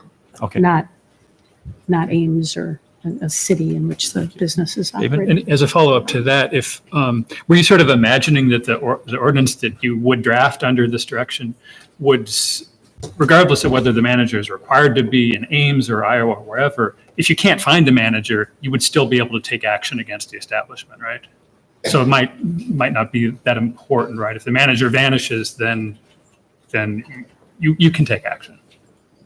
That's the way we would envision this. Yeah. That the business is not in compliance. The way the Des Moines ordinance is written appears to give them the opportunity to placard that business until such time as they are in compliance. Right. So licensing and a manager that we can communicate with. Right. So no one available to provide the required information, for example, you could placard that. Thanks. Okay, I have a couple of cards of members that are in attendance. I'd like to address council. Michelle DeMarie, if you'd like to. If you could try and limit your comments to. Hello again. 3.5 minutes. My name is Michelle DeMarie. I live at 4933 Utah Drive here in Ames, zip code 14. I am a licensed massage therapist, also a sole proprietor. I operate primarily out of our residence, and I have had an opportunity to review the recommendations, and thank you so much. What a great, thorough job. Definitely something that I could support, and I'm speaking on behalf of probably the rest of the LMTs. Unfortunately, due to a little bit of a short notice, they weren't able to attend along with me. But I wanted to address, you had a question about the display of licenses. Just to clarify, it is required for us to do so already. If we're working in a facility or in a location where it's not our primary workspace or clinic, such as I do some work up at Bethany Life, I have a wallet card. So if anybody stopped me at any time, I would always have proof of my license with me. I do love the idea of I have no problem having a photo identification. I think that is a huge loophole at the state level, because as you recall, maybe at the workshop, I mentioned that in order to obtain a license, we do need to pass a licensing exam, complete a vocational program, all that good stuff. But there's no background check done, and there's no photo identification on file for us. So a lot of my clients, honestly, have been very surprised to learn that. So thank you, City, for doing this. It definitely shows how much time and effort was put into this. I just have one question, if I may. Yes, it looks like this is possibly going to pass and move on. What would be the estimated time, before we would possibly see the first draft? Sorry. Boy, did I put everyone on the spot. I'm sorry. I mean, we have a model to work from, so. Fairly quick. A month. 1 to 2 council meetings. Okay, perfect. And as an ordinance, it would take 3 readings. Yes. So once we have the first draft and the first reading, then it would take 2 more council meetings. Sure. So, and we're trying to allow some time when an ordinance comes to give the public a chance to look at it before we actually have a reading. So we're not trying to change things down there. So it would take probably 2.5, 3 months probably to get it in place. So certainly before the end of the year, hopefully maybe a little quicker. That's very helpful. I'm kind of the spokesperson, I feel, or self-voted in, self-proclaimed, but this will give me an opportunity to go back to the rest of the Ames LMTs and give them kind of a general timeline and allow them the opportunity to participate potentially in that reading. You are always very willing to accept comments and feedback by email, which is very much appreciated. And I did relay that as well for anyone that couldn't attend tonight. But hopefully that addressed the question a little bit about the display of licenses. Yeah, if this isn't a work session, but I just Yeah. think because you are here, are you supportive of if the ordinance would require displaying the license and a picture of that person who's licensed, like in a waiting area in addition to the therapy room, or would you prefer or think that just it's adequate to have it just in the therapy room itself? I would have no issue with having a photo along. I don't believe that that would be invasive at all. And I think it's actually might be helpful to the public that has some concerns as well. Well, and we're thinking about law enforcement trying to be a partner with you. Yeah. Coming in, someone could quickly just say, well, I'm so-and-so, so-and-so, and there's no real identification. Now, of course, you could probably Photoshop things in if you want to. Absolutely. And that was the biggest concern that we had. And that's why a lot of us wanted to address the council, because it had been our experience that when we did report some, suspicious massage therapy businesses, that it wasn't easy and quick to get them shut down. Yeah. And this allows that. So that's an answer to our, you've checked almost every box on what we had wished for. So absolutely, I would put my support behind that. Thank you. Thank you very much welcome. again. Dr. George?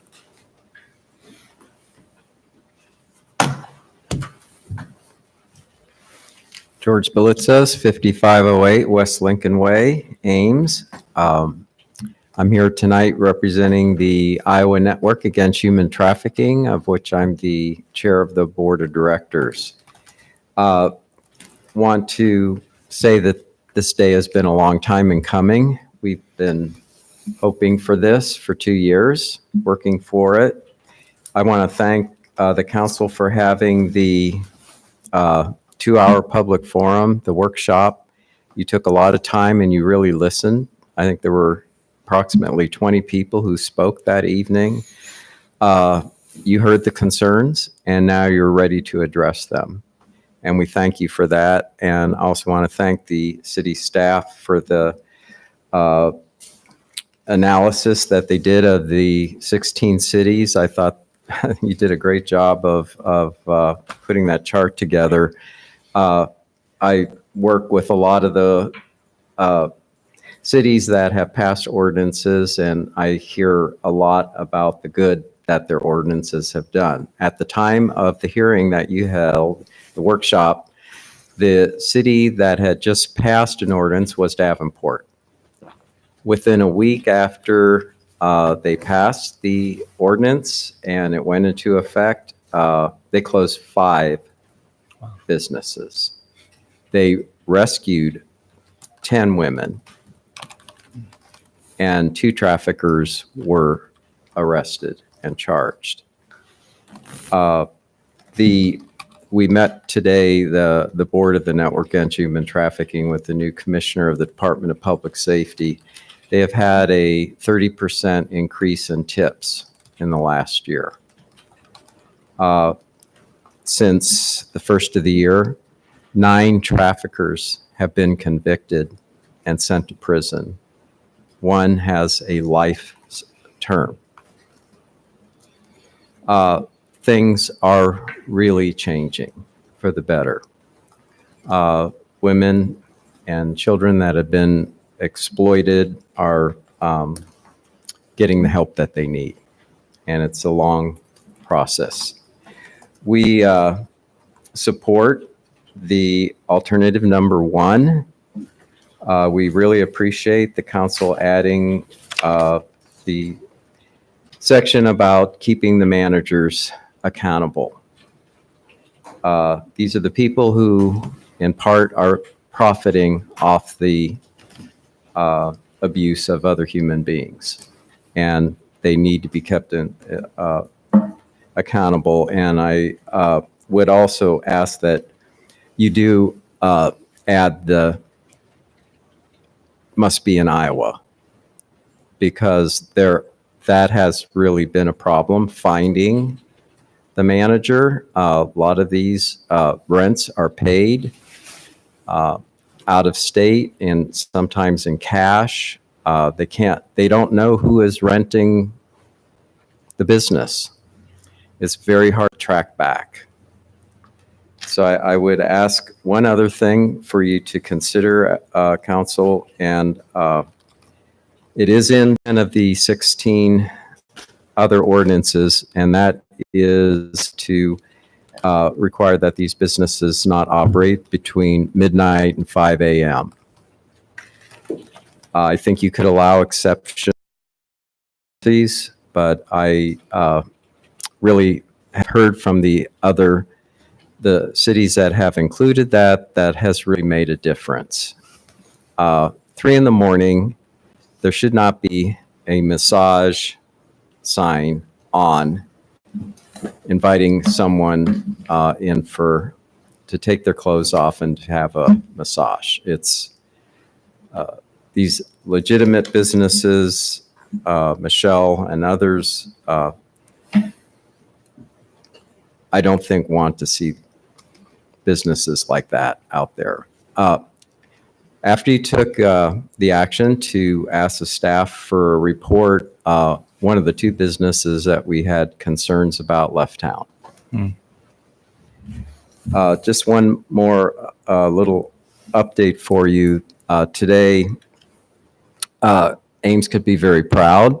A couple of years ago, the city of Ames was the first city that, and it was funded by the Rotary Club of Ames, the Noon Club, and to have training for employees in hotels and motels. The first 10 hotels and motels were right here in Ames. We came up with a training curriculum that went statewide in Des Moines and different parts of the state. They copied our Ames program and curriculum. Des Moines has now done 100 hotels, over 500 employees. This morning, there was a meeting with the governor, and Joni Ernst was there. She was here a couple of weeks ago talking to Chamber of Commerce and local businesses.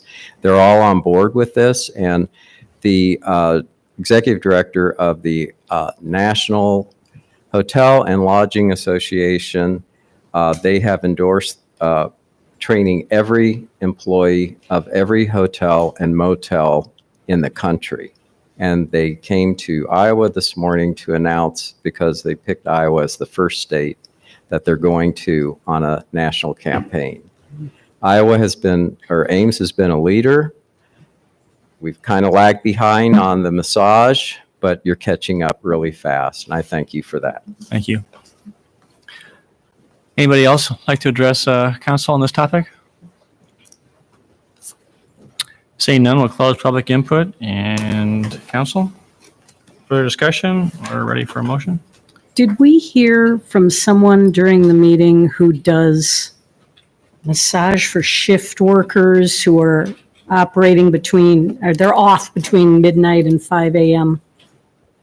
So I thought someone expressed a concern about that because they had some of those people who are coming to them after their late shift. But I might be wrong. I'm seeing some nodding back there. Do you want to come forward so that everyone can hear you, Michelle? I believe that was Cora, and she's employed by Mary Greeley Medical Center. And typically those services are provided on site within the hospital versus, like a brick and mortar building. Another very common one is I work with hospice as well as many of the other LMTs in town. So we may be called out to comfort a patient, but that's not the type of things that I don't think you would, that would be in a person's home typically, or at Israel House or in the hospital.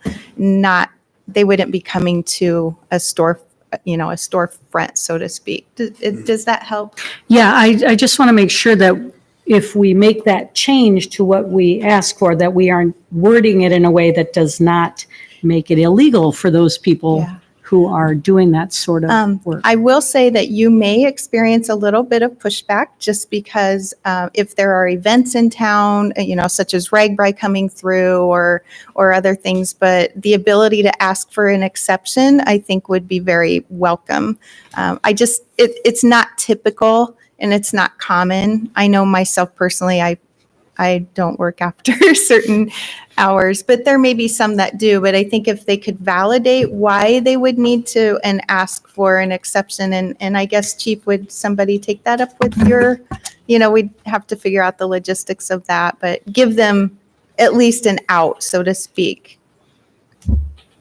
Okay, thank you. Thank you. Okay, we ready for a motion? I'll move alternative one.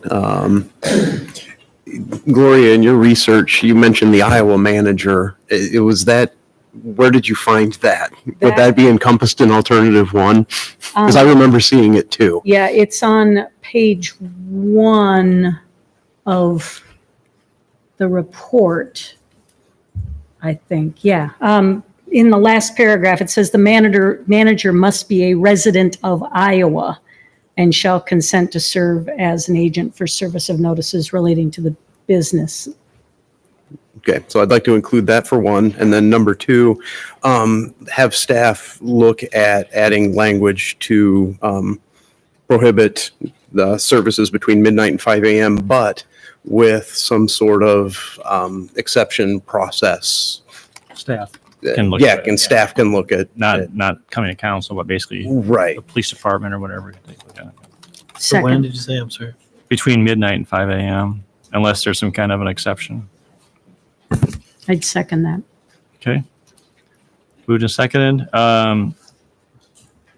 Any interest in having a license on display with photos? Because that's not part of the motion, and it certainly can be added in the future.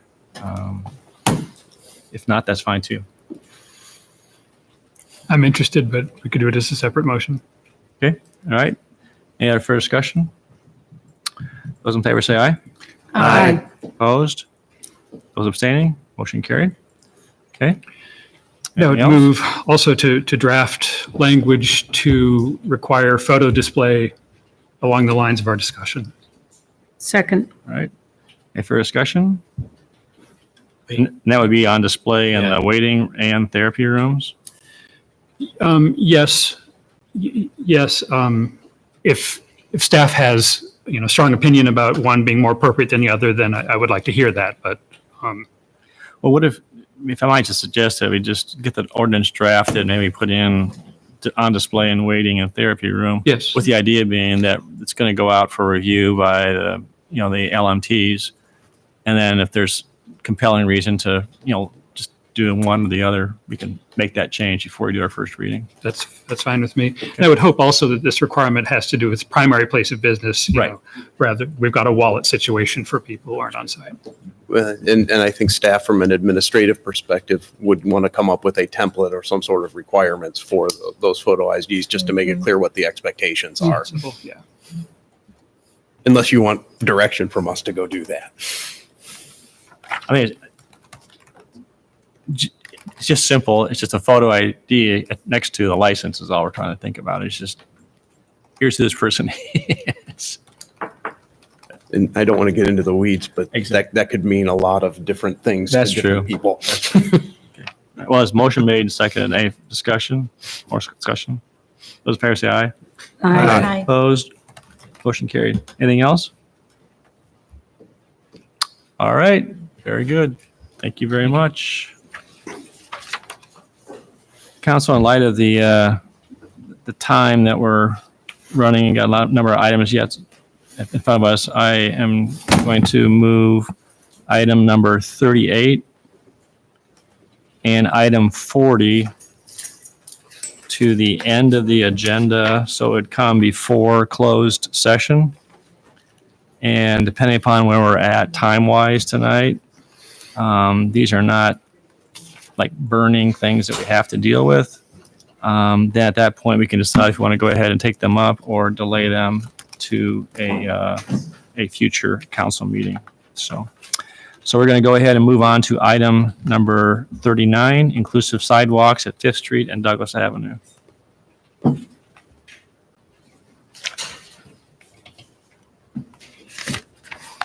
No. Crosswalk. I'm sorry, crosswalk.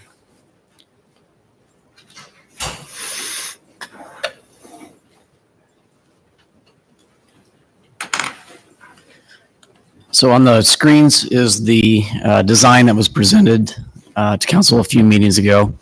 And as you see in the council action form tonight, there are several options if council would choose to move forward with this design. As reported in the memo at the last meeting, the original motion from council was to move forward with this in a more long-lasting thermoplastic material application. And those bids, because of the time frame, came back very high, $68,000. So in the council action form tonight are some alternatives. And before moving into those, one of the other directions from the council meeting last time was council asked the city attorney to look into what the potential liability might be of moving forward with this design. As it was noted, the federal highway took note of this project and approached staff and noted to staff that if we were to move forward with this design, that they would issue us a letter of noncompliance. A memo from the city attorney is included with the council action form tonight. And I believe, just to very quickly summarize that, he feels that it doesn't necessarily present any additional liability to the city in moving forward with this type of design. And in looking at other communities, specifically some information that Councilperson Betcher had sent along in West Hollywood and in San Francisco, their city traffic engineer had determined that there was no experimental approval needed from Federal Highway for a design similar to this, because the white lines that you see on the edge are the traffic control device, and then the decorative design in between does not present a safety or a traffic control detriment. So with all that said, other options, if council wants to move forward, would be to have staff install this design prior to Pride Fest, which is in September. So we could do a design like you see up here with paint that would, it would not wear very well like traditional traffic paint, but it would be a design that would look good initially, and then of course wear on through the winter and spring and et cetera. One kind of sub option to that, and it was suggested to us by Federal Highway, that if we were to close this intersection and use a more lower quality paint, that if we were to close the intersection, paint this design, have the event, and then water blast the paint off following the event, with this intersection remaining closed during that entire time, that probably wouldn't result in any noncompliance. Other options would be to try to see if that contractor that we received the one bid from to do the thermoplastic still is able to complete this by the time Pride Fest takes place, but we have not reached out to the contractor to see if they can do that. And again, that price was over $68,000. Another alternative would be just to wait and rebid the thermoplastic project over the winter. And we feel if we give a contractor more time to bid, more time to complete the project, more time to schedule it into their workload, that the cost to do that would be in the $12,000 to $15,000 range.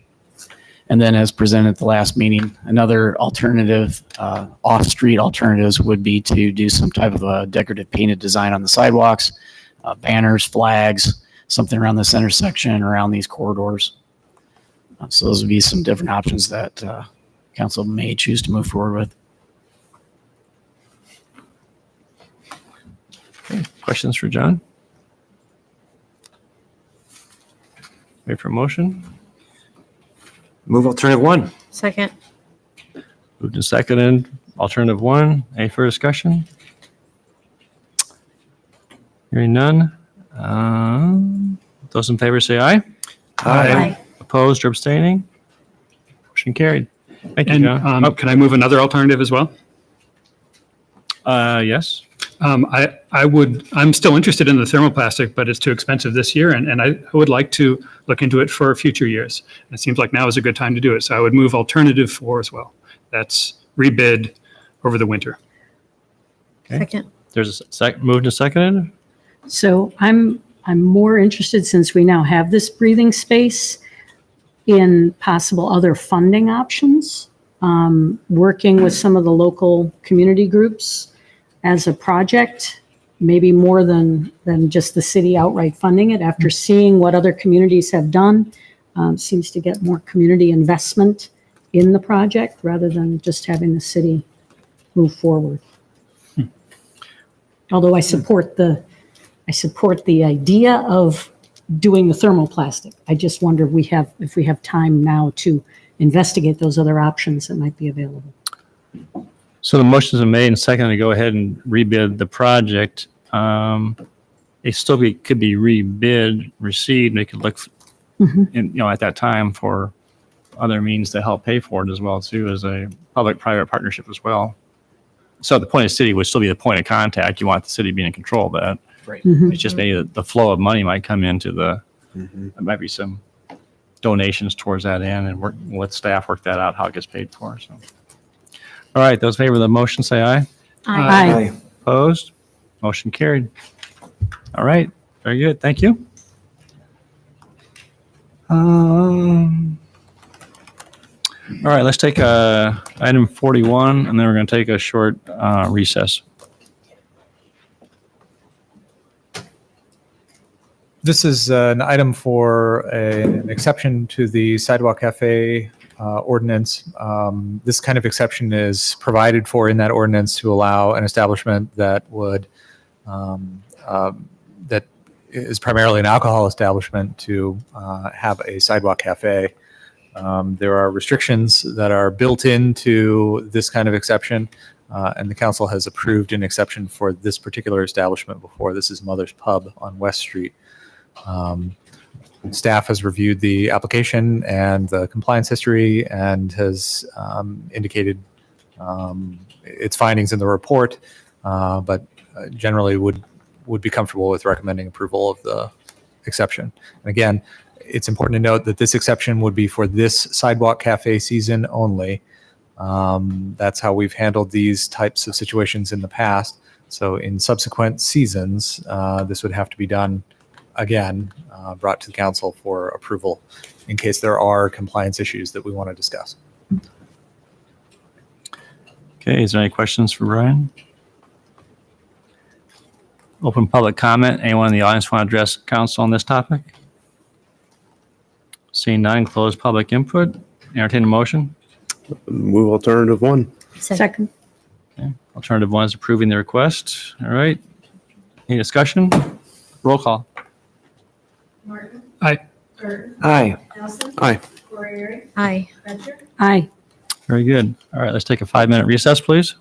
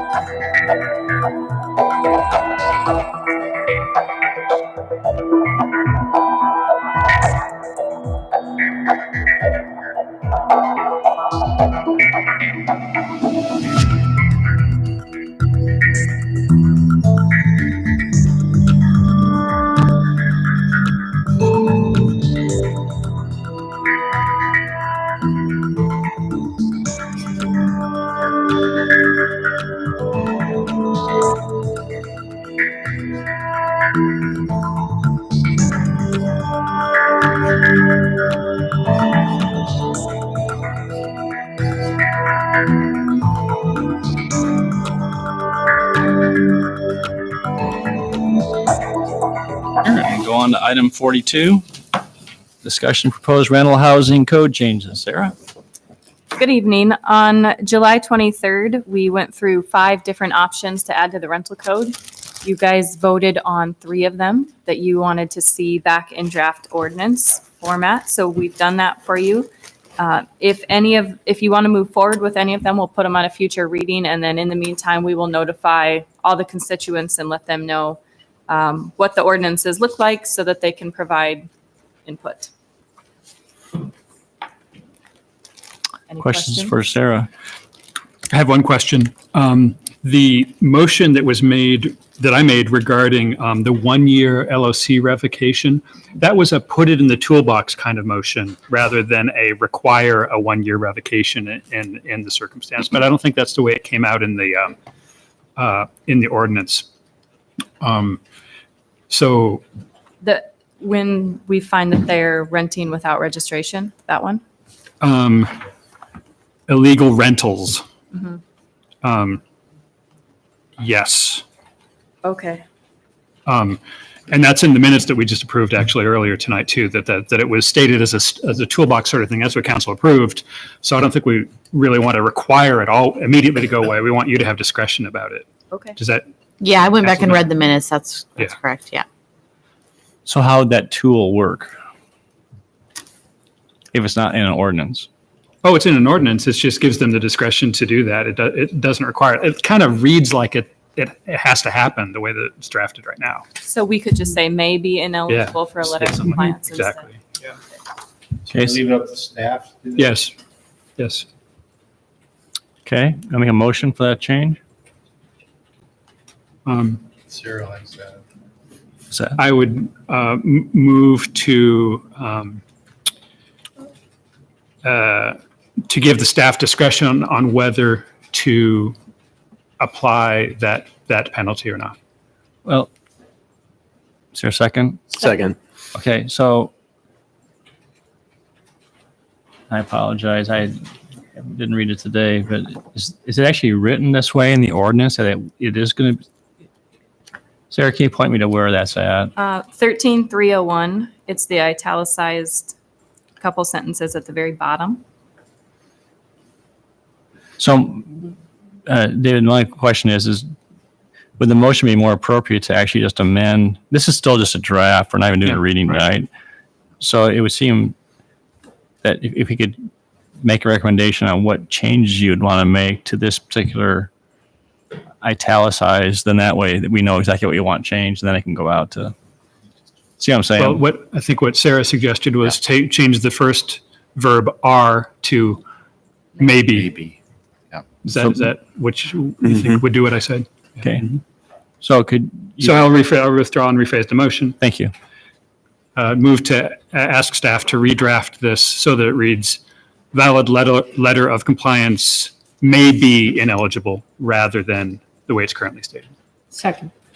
And thank you. And Amy, that's under 13.301, 1 in parentheses, B in parentheses, and it's in italicized. Okay. All right. Discussion? A little bit of history.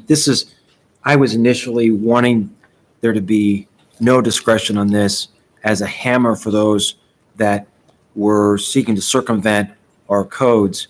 But then, as we heard testimony that perhaps there were people who were ignorant of the requirements and would be inordinately impacted, I think that having some discretion for staff makes a lot of sense. So supportive of the motion. Okay.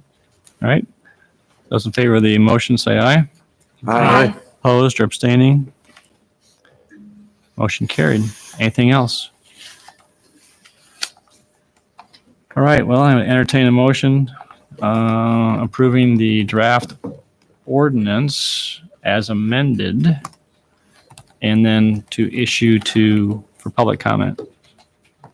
Move approval of the draft ordinances as amended and moving this forward for public comment. Okay. Is there a second? Second. Okay. Any further discussion? Those in favor say aye. Aye. Opposed? Motion carried. Okay, so then now we'll go ahead and get that one little minor change made and then get it out to the different entities and solicit input. The next time we see it, we will have public comment. Not a first reading, but public comment.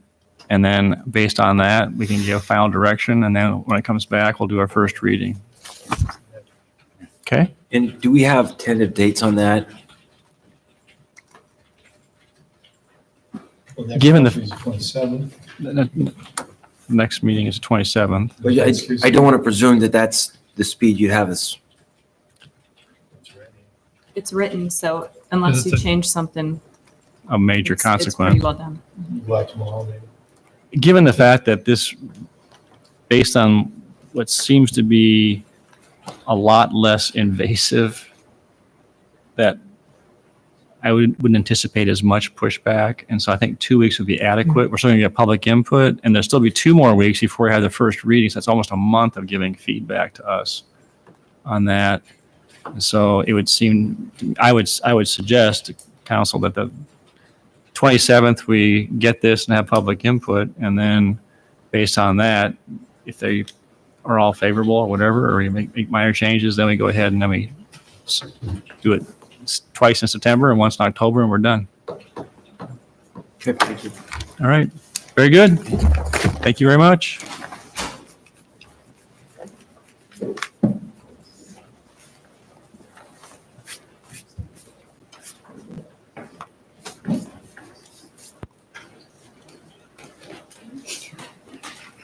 All right, we move on to item 44. And this is a hearing on vacation of public utilities, surface water flowage, and storm sewer easements. 43. My apologies. My apologies. I'm just overzealous. Don't take it personally, Miss Vanessa. Don't take it personally. Thank you, council. As I was saying, we're going to move on to item 43, resolution approving purchase of 1417 Douglas Avenue. Vanessa. Okay, thank you. As you may have known, this is part of a process happening through our dangerous building code, where this structure was declared a dangerous building. And been working with the building official and the legal department to determine the best way to go about getting this property down and then making the neighborhood safe. So we discussed that it would be an advantage to the city if we were to purchase the property and tear it down and then sell the lot and try to recover some of the funds rather than just tearing it down and then just having a lien against the property and not sure if we would ever recover any of the funds. And because this is happening in a quick process, it's better to use our citywide affordable housing fund. And so we've met with the owner and she has signed the paperwork and is willing to sell the property to the city of Ames for about $11,532. And after various deductions and abstracting fees and titles, her net would be around $8,000. And so we feel that this would be the best way to go about getting this property in the neighborhood in a safe condition is to purchase it and then verify if there's any asbestos, tear it down, and then put the lot up for sale, and the council can decide, how we should go about that, or we can just go do that and recoup as much of the money to reimburse the affordable housing program for the funds that we can get from the sale of the lot. So that's what we're proposing. Okay. Questions for Vanessa? It's good. All right. Open up public comment. Is there anybody in the audience that wants to address council on this topic? Seeing none, we'll close public comment. Entertain motion on resolution approving purchase of 1417 Douglas Avenue. Move approval. Second. All right. Any further discussion? One thing that I thought was helpful in the staff recommendation I wanted to emphasize is that this is not a precedent. And so I think this is a very prudent opportunity for us. It benefits the whole neighborhood. It benefits the city broadly. I think it's a good use of public funds. But I thought that was good to just note this is the precedent. Mm-hmm. Thank you. Yes. All right. Roll call, please. Burton. Aye. Nelson. Aye. Corey. Aye. Venture. Aye. Martin. Okay. Thank you. Thanks, Vanessa. Now we'll go on to item 44.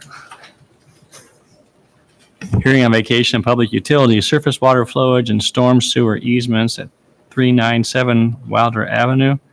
And I'm going to continue the public hearing. Council, last time on the 23rd, you moved to keep the hearing open. So I declare the hearing to continue to be open. Is there anyone from the public that wants to address council on this topic? Seeing none, close the public hearing. Keith, do you have anything? Or just the staff, council, any questions for staff on this one? Hearing none, entertain a motion on resolution of vacation of public utilities, surface water flowage, and storm sewer easements at 397 Wilder Avenue. Move the resolution. Second. Moved in second, discussion? Roll call, please. Nelson. Aye. Poyer. Aye. Fisher. Aye. Martin. Aye. Garten. Aye. And entertain a motion on resolution accepting the donation of parcel A, which is 1.2 acres, from Sunset Ridge Property Owners Association for a future parkland contingent upon receiving 10-foot public utility easement along the east edge of parcel A and surface flowage and storm sewer easements over the northern corner of parcel A. Move acceptance as described. Second. Okay, moved and seconded. Any discussion? Hearing none, roll call, please. Poyer. Aye. Fisher. Aye. Martin. Aye. Garten. Aye. Nelson. Aye. Very good. Thank you very much. Okay, item 45, hearing on update to the 2019 to 2023 consolidated plan and 2019-2020 annual action plan. Okay, well, this item was brought to council back in June where you approved for us to proceed with putting the plan out for public comment.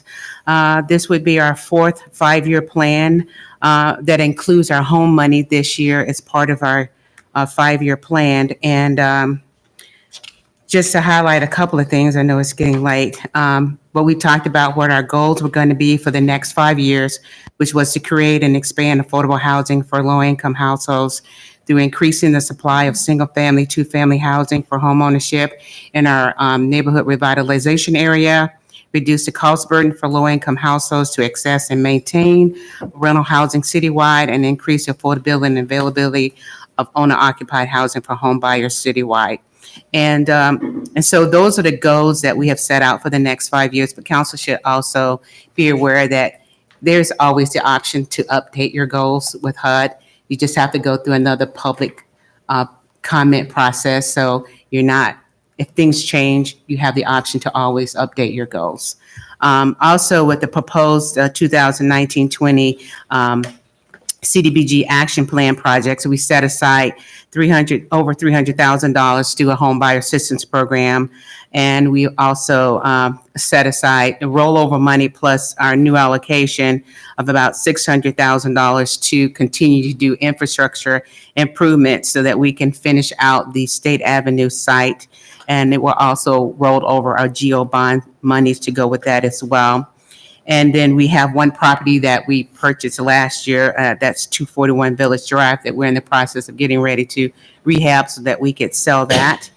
And also we put about $400,000 of money available for the acquisition reuse program, which will kind of replace what we're doing now to purchase a property on Douglas. So now we could use our CDBG funds to go out and acquire property like we've been doing for quite a while, especially those that have been abandoned, deteriorated, or maybe been similar to what has happened on Douglas, where it's been declared as dangerous building. So we've set aside money to continue that program. It's similar to, I think, what you've been thinking about wanting to do as far as conversion and getting single-family rentals back into home ownership. You also have the opportunity to do vice versa. If we needed to do rental housing, you can buy and continue to as rental housing, but I don't know where that is right now. So, but that money is set aside for that too. And for our home money, we just basically set aside the whole allocation to construct housing on the 321 State site. And so those were the proposals that we set aside for the action plan. I just also wanted to bring to your attention that we did receive 2 comments during the comment period, which I got your memo out earlier today. And the first one was regarding a residential area in the northeast corner of Hickory and McDonald in West Ames. And I frankly misunderstood the comment from the citizen. I thought she was responding to she was requesting infrastructure regarding infrastructure in that area, which there is a capital improvements program going on for that area, but actually she was talking about residential properties. I did email her to find out specifically what properties she were referring to, but haven't heard back from her since this meeting started. But I do want you to know we created the acquisition reuse program to go out and buy properties. I don't know the condition or what the properties are she may have been referring to, but just like with CDBG, we have a lot of criteria that we have to go through to determine if a house can qualify for participation in our acquisition reuse program. One of the big things is we have to do an environmental review. We have to have a willing seller. We try not to do any condemnation because that kicks in more money for relocation and displacement and all of that. So it really has to be kind of a really prime position for us to be able to using the guidelines under the CDBG program. And also, if you want to concentrate in any area, we kind of left it open for citywide to do acquisition rather than just concentrating it on our neighborhood revitalization area, since we're going to be concentrating new construction there. So if I hear back, then I can let her know and let you know if that's a possibility for the future. Also, the second comment we received was from the Ames organization. We got this after the packet had gone out, but the comment period had not ended yet.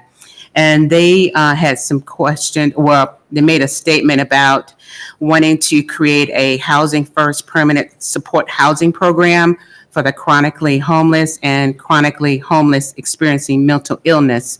And I have been researching that program, and it's actually more of a program that HUD provides for shelters to apply for money through the Continuum of Care program and through the Emergency Solutions Grant program. We do not receive any funding under those two programs. Those fundings are administered by the Iowa Finance Authority.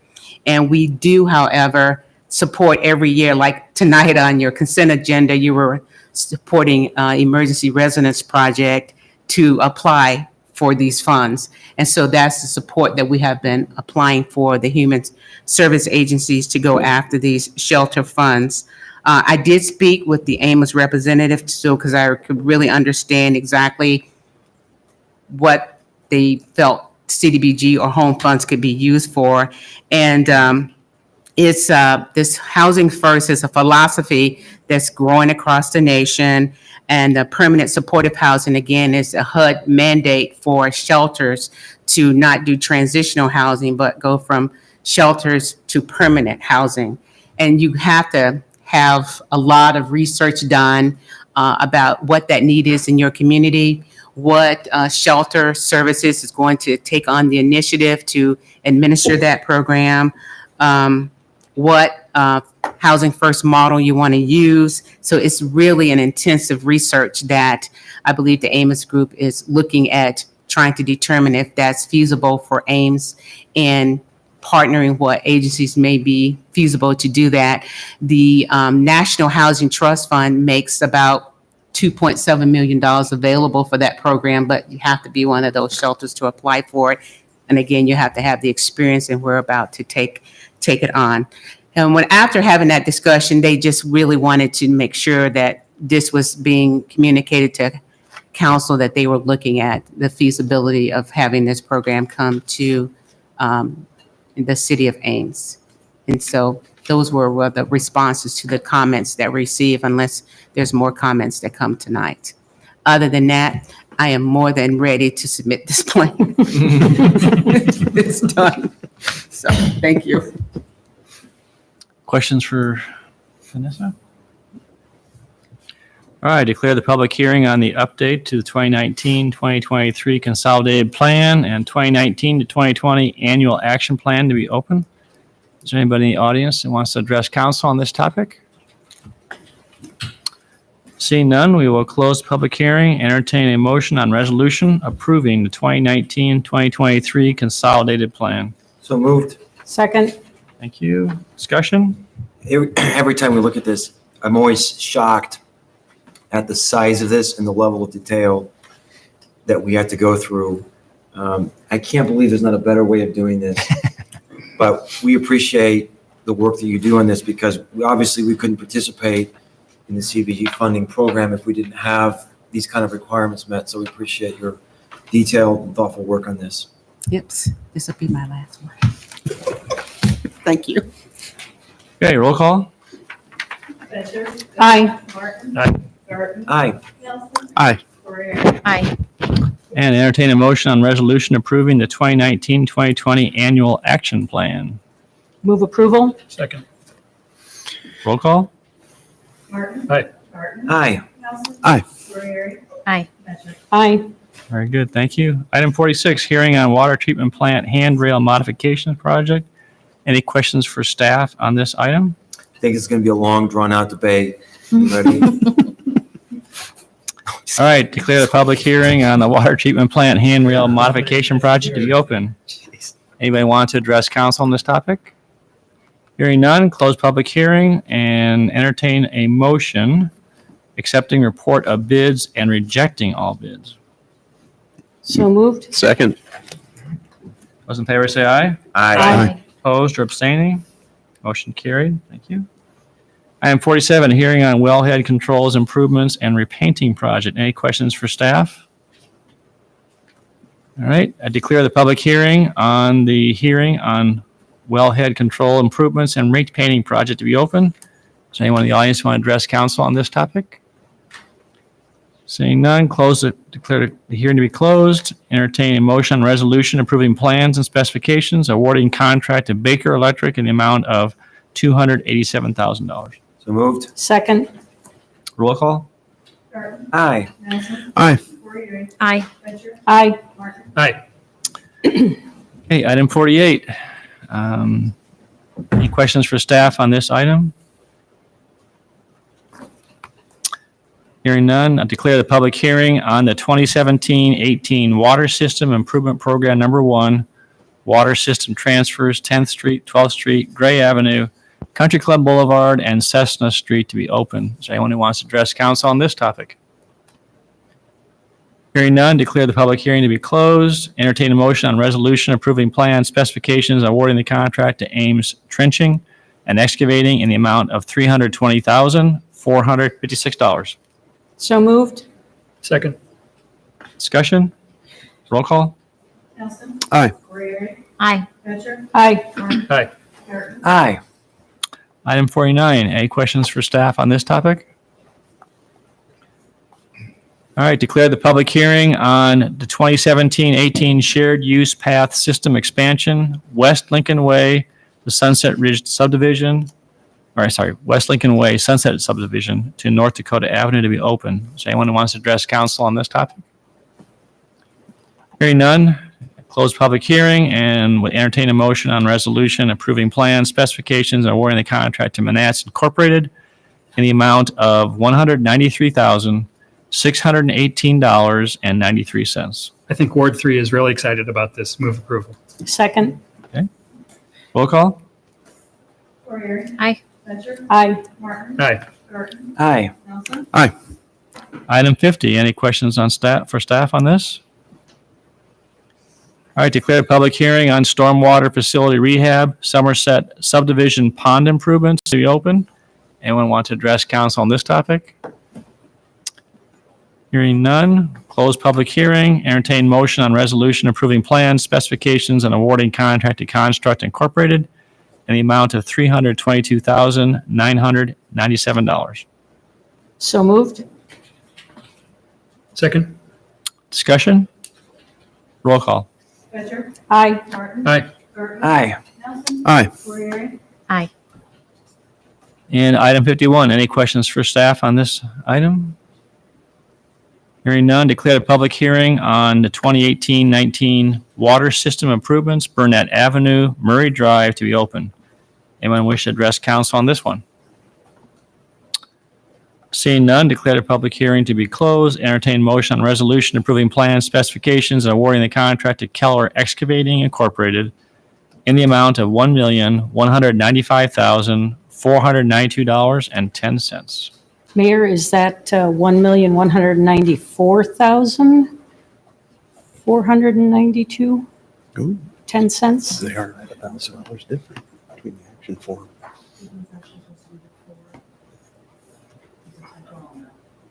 Okay.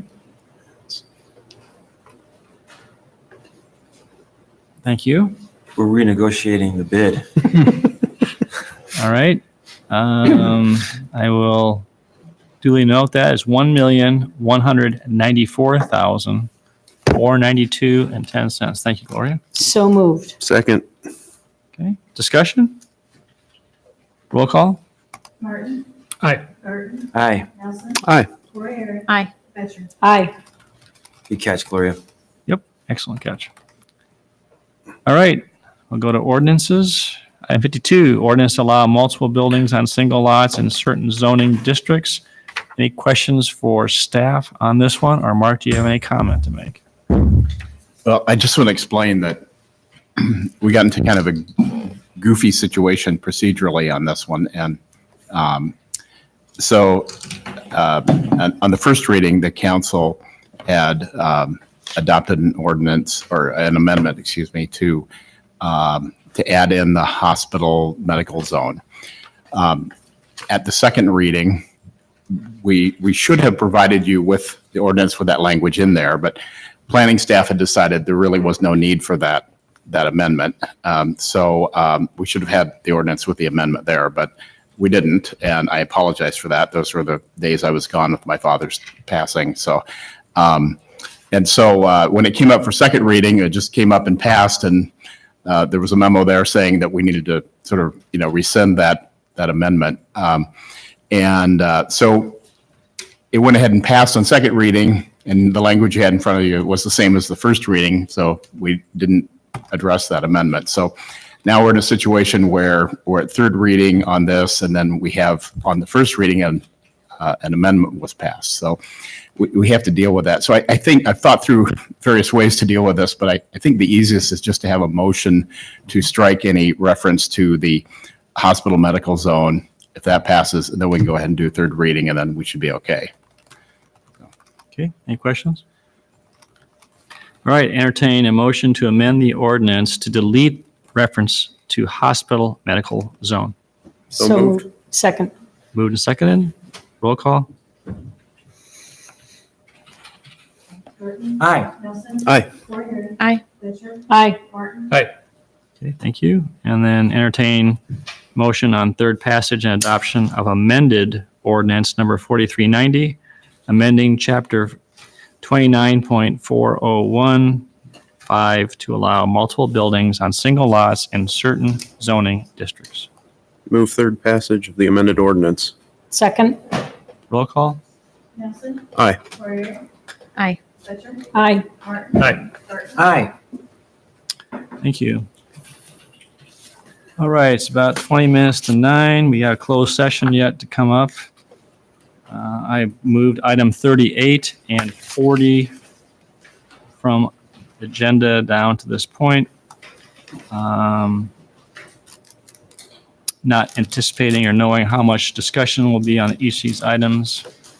I'm open to council's desires whether to go ahead and continue. We can go ahead and discuss them tonight or just start discussing one and decide on the other one. But neither one is time sensitive. And the only disadvantage of pushing it to another meeting is that it might get pushed further if we have another long meeting, but we're trying to respect people's time and also not make super long council meetings. I mean, I would be in favor of waiting on the parking issue until we get the parking study back. Okay. It just seems like if we continue to talk about these sort of one-off parking things, we may end up going back and changing them down the road, rather than just waiting for the study to come back and then moving forward with any large-scale changes at that time. Do you Do have we any know idea? when that's coming back?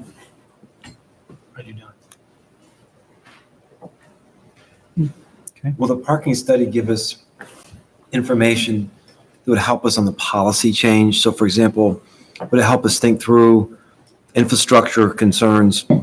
Because one of the things that attracts me about doing something with this is that we've got infrastructure needs. We've chose to back off of our meters. And so would that parking study help us to think through the policy change?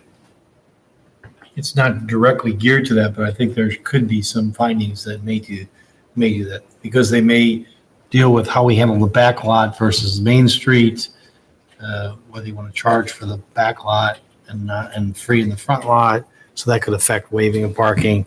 Like you said, it could have to do with, we have to, if we're going to pay for infrastructure, we may have to be more aggressive in our fines and not waive as much. So indirectly, there could be some implications. I think that supports Amber's concerns. I think it makes sense to heed her recommendation.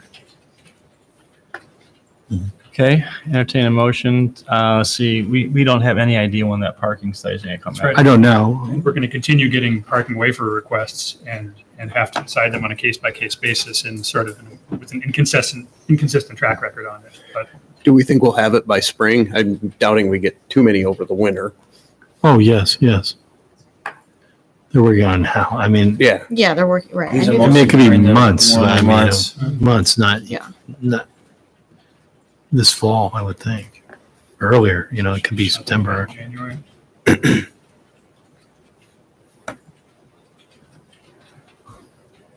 So we have council meetings on the 5th and the 19th of November.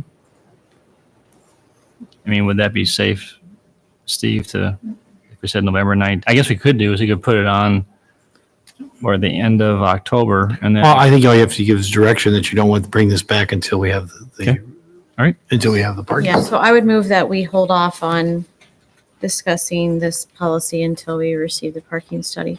Second. Any further discussion? Those in favor say aye. Aye. Opposed? Carried? All right, item 40. Candidly, this could be a short discussion or it could be a long discussion. It could be really long.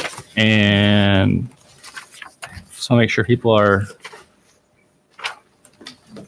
fresh. So I guess I want to get to your direction. We can go ahead and Susan's here. She's prepared to talk about it, but we want to take it up tonight or we want to move it on to a different. And we have no idea what the next council meeting looks like yet. There's no idea on the agenda. Do we have any thought that Bron would want to participate in this topic? That might be nice to have a full council on that one from the standpoint, not that I'm anticipating it being highly controversial, but also Councilmember Betcher did send some additional information and it'd be nice to kind of digest the stuff, and have it, full council, but I'm going to leave it up to you. I would move that we hold off until a future meeting to be determined by staff. Second. Those in favor say aye. Aye. Okay, motion carried. Thank you. All right, item 53, need a motion to hold a closed session. And before we do that, I'm going to ask Mr. Garten to ask the question of our eminent attorney. It's a very big question, Counselor. Okay, I'm ready. So do we have a legal basis for going into closed session? Yes, we do. Section 21.51K of the Code of Iowa allows us to go into closed session to discuss security plans or reports. I move to go into closed session. Is there a second? Second. Okay, roll call. Nelson. Aye. Corriere. Aye. Betcher. Aye. Martin. Aye. Burton. Aye. Okay, we're going to go into closed session. Thank you to those who came tonight. We will have to ask you to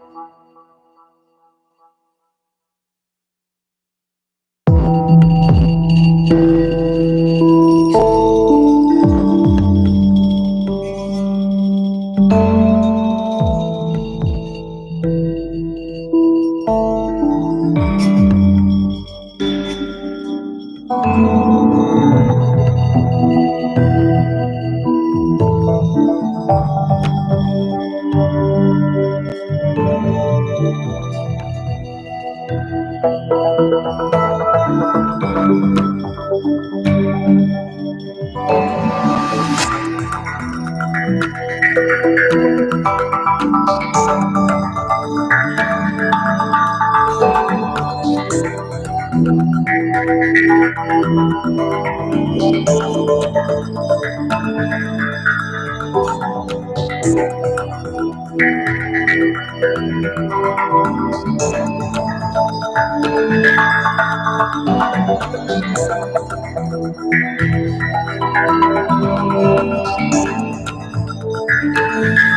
are back in open session and item 53A. I would entertain a motion on the resolution approving the Story County Courthouse Security Plan. Mayor, move alternative one. Are we ready with the? Second. Okay. And discussion? Roll call, please. Corey. Aye. Richard. Aye. Martin. Aye. Norton. Aye. Nelson. Okay, is there any other motions relative to this? Yes, move that we direct the city attorney to explore other options as discussed in a closed session for security purposes. Second. Okay, any discussion? Those in favor say aye. Aye. Opposed? Motion carried. Thanks, Thank you guys. very much. Appreciate your efforts. Okay, moving on, disposition of communications to council. There are 4 letters. One is only information. That's letter number 3, letter from MediaCom. So we have the first letter from Dan Culhane, requests to sponsor 2nd annual symposium on building inclusive organizations. Steve, would you look at doing something like that out of council contingency, or is Yeah. that? I think that's where we would do. So you want to put that on the So, next, okay. want to put it on the next agenda? Move I'm to assuming add you it. want to do it. If you Go do, ahead. there's no reason for a report. You'll just put them. I would move to add it to a future agenda. Second. Okay, those in favor say aye. Aye. Opposed or abstaining? Carried.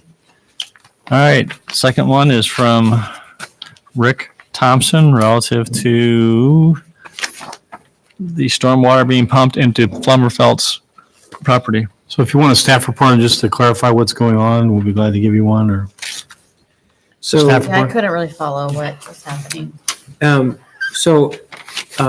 I'm mixed on this. Do you think that we need a staff report? Do you feel like you've got things? I don't yet. I didn't look into it yet myself. It was really geared to you. Yeah, I think A memo would. That's what I meant. Yeah, Memo. just a Excuse me, a memo. memo. Just explaining what the situation is, clarifying it. Yeah. All right, did you move that, Gloria? Yes, I did. And you, Amber seconded? All right, asking for memo. Those in favor say aye. Aye. Opposed? Carried. Third letter is just for information only. Fourth one from our chair of the Ames Human Relations Commission. I would move that we put this on a future agenda. You want that, Brian? Is that what they're asking for? Yeah, I think that takes care of it. The commission has really focused on the whether this should be done. And I think it would be up to staff to evaluate how to accomplish it, if that's what the council would like to do. So we need to come back with some detail about how that could be implemented. So we'll have to do some work. It won't just be this report. We will supplement it with some kind of Yes. staff. Yeah. So I made a motion. Is there a second? Second. Thank you. Sorry, Gloria.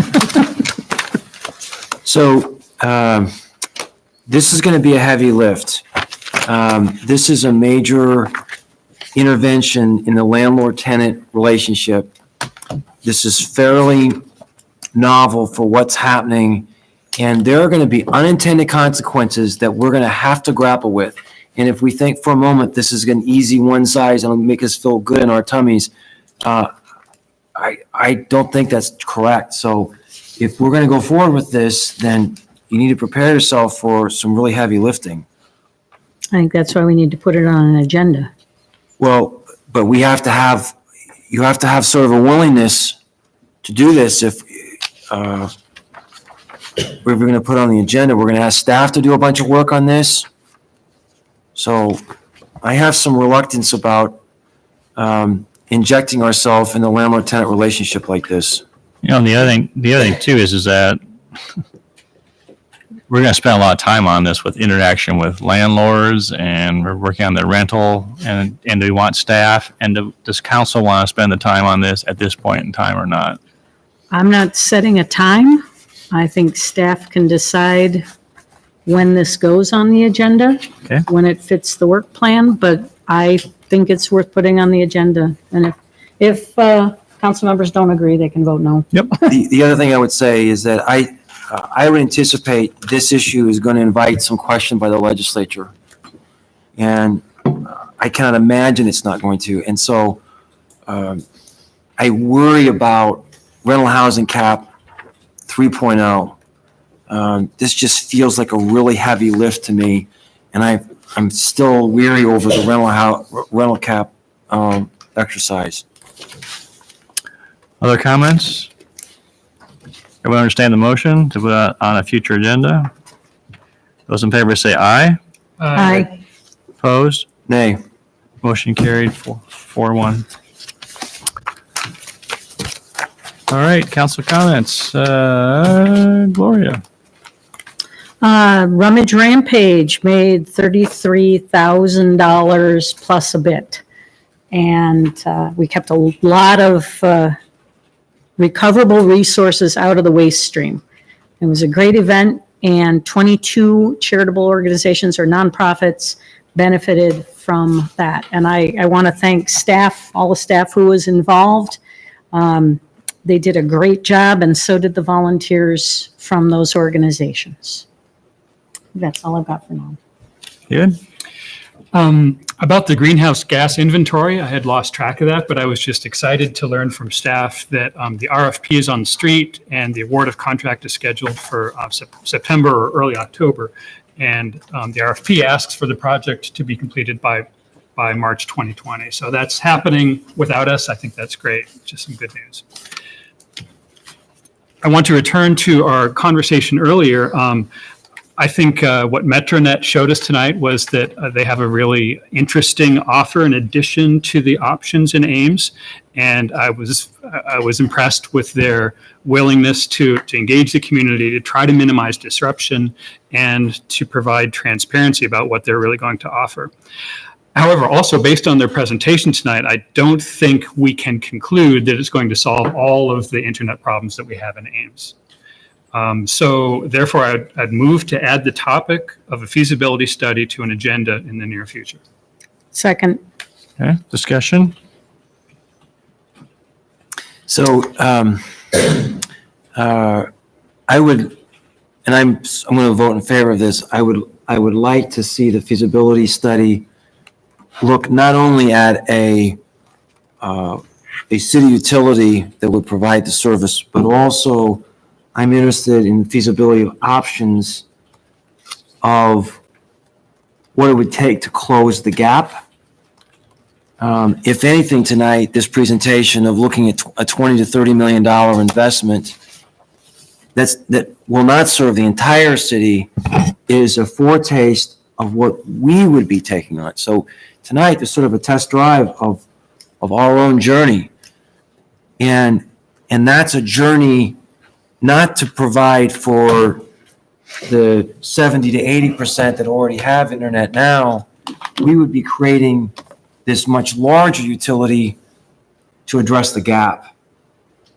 That's a pretty serious endeavor.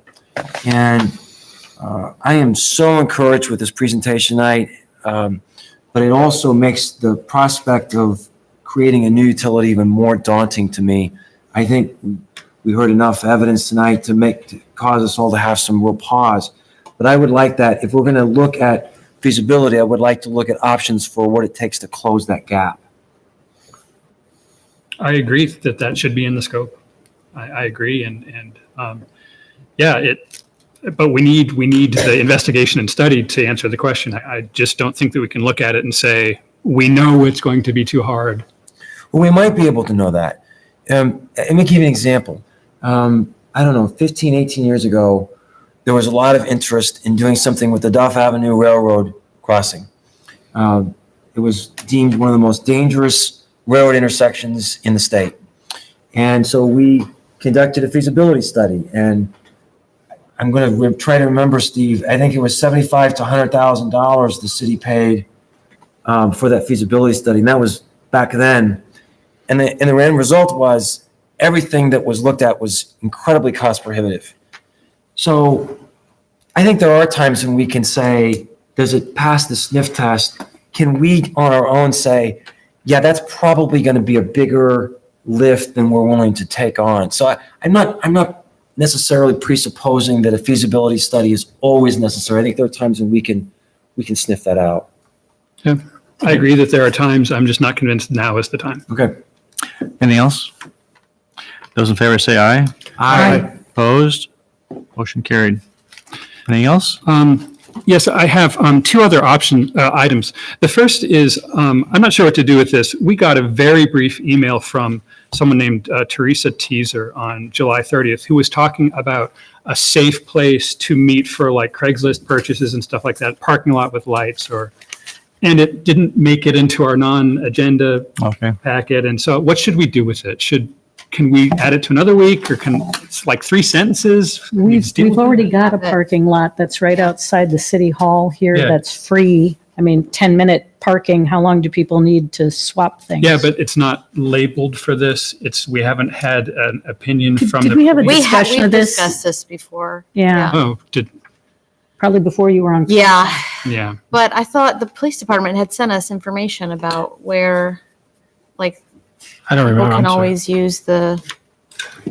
Don't you remember? Yeah. Am I dreaming this? No, we Okay. did, we discussed this, because I remember- Mindy Callison was interested in it. Yeah, Brian? we've talked about it. Does Brian have I a? don't remember that we've talked about it with the council, but I know that we've talked about it as staff, and we encourage people if they would like to use the back. We received some information at some point on, and maybe it was just that the police department encourages people to use the back lot and, Yeah, we but there was something communicated to us about it. In lieu before. of, Been a while. In lieu of this becoming a time-consuming endeavor, can we just respond, just encouraging her to use public parking lots or encourage her to use it? Would be either east or on the east or west side of. Are there any City Hall. liability concerns? I mean, do we need a memo? No. No. Is this all, I mean, 3 o'clock in the morning, any time? Well, I don't Did know. she Hopefully say? no one is purchasing a Craigslist item at 3 a.m. Yeah, so Can't do between midnight and. you can use those public lots when we're not, they're not being used. by the All they're pub- doing is just by the meeting city to employees. exchange merchandise, right? People should always meet in a public place. I believe in the past, we have encouraged people to use Lot M. Yes. It has Lot M. public parking. It's adjacent to the police department. We have video surveillance of portions of it, or all of it. And that, I think, has been the area that we encourage people to. How about a public statement to that effect on the website that we can point people to? Is that something you've considered or Yeah, we could can talk consider? with the police department. I'll just leave it at that. Sure. I don't know if we need a motion on this. Yeah. So I think it'd be great if you could. I'll send an email. Okay, all right. Thank you. Okay, and my last item has to do with something that was on the consent agenda. It was item 24, and this is the exit ramp on US 30 going to Morton Center. And this great project. We're going to get traffic lights there. I think it'll really improve that situation. But I've also heard repeatedly now that sometimes the traffic backs up so badly onto US 30, the traffic's actually stopped in the right lane. Yeah. And there's a 70-mile-per-hour differential. It just seems very dangerous to me. So I would like to ask staff for a memo on ideas for short-term ways to address that problem, knowing that we have a long-term solution already in place. That's my motion. Is there a second? Second. Discussion? Those in favor say aye. Aye. Opposed? Carried. Okay. Tim? We received an email from Dr. Robert Brown, Director of Bioeconomy Institute at Iowa State.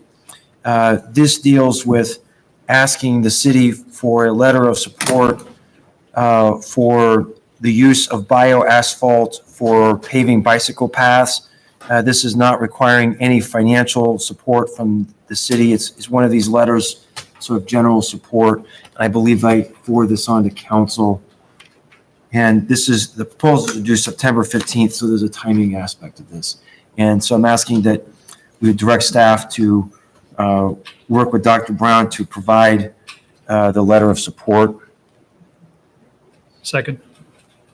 And then would that be the mayor would sign it on behalf of the council then, or is it just the city's going to just, how's it going to happen? Mayor, I think with the mayor's letter. Right. All right.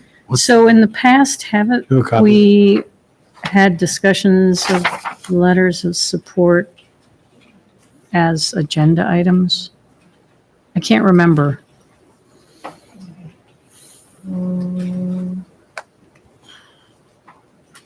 I don't recall. I mean, John probably know. Have you submitted letters without us having it voted on an agenda? Yes, I did.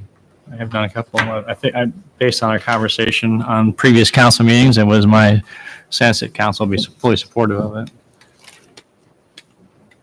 By the way, I will say that, the one that you did have us do, and that was on, Right. on the Yeah. the census question. I won't say it was our letter, but the point is there was enough outcry that it that question went away from the census. But For now. so I guess as long as I think if everyone understands what the concept is, does it really need to come back to council, or can we just go ahead and just send it? And you just get to provide a copy to you. I say we I just mean, do so it. you're voting to say yes. I think Just do it. it's mostly just to do it, right? Yeah. Let's Yep. go. Right. It doesn't require any use Yeah. of city Yep. funds. All right, those in favor say aye. Aye. Opposed? Carried. Anything else? Bronwyn and I had a preliminary conversation with Dr. Brown, along with Mary Rankin, to basically explore the kinds of research that is being done at Iowa State in the area of carbon sequestration. And it was a very profitable meeting. I would like to invite Mary Rankin back to a city council meeting to discuss the things that she believes might have some merit for the council to consider of ways that we could partner with Iowa State under the area of research and carbon sequestration. So nothing is binding. This is just basically she would report to us. I think it's better coming from Mary because of her expertise rather than for Bronwyn and I to try to recount this. So the motion is just to invite her to come back to a future council meeting. Correct, and give a report on opportunities for partnership with Iowa State. Second. Any discussion? It was a very exciting meeting. And I shared this in an email with council. The things that are being done at Iowa State are really unique, and not many city councils have an opportunity to get involved with important sustainability measures. All right, those in favor say aye. Aye. Opposed? Carried. Nothing else. Thank you. Chris? Nothing tonight. Amber? Nothing. All right, entertain motion to adjourn. Move to adjourn. We are adjourned. Thank you.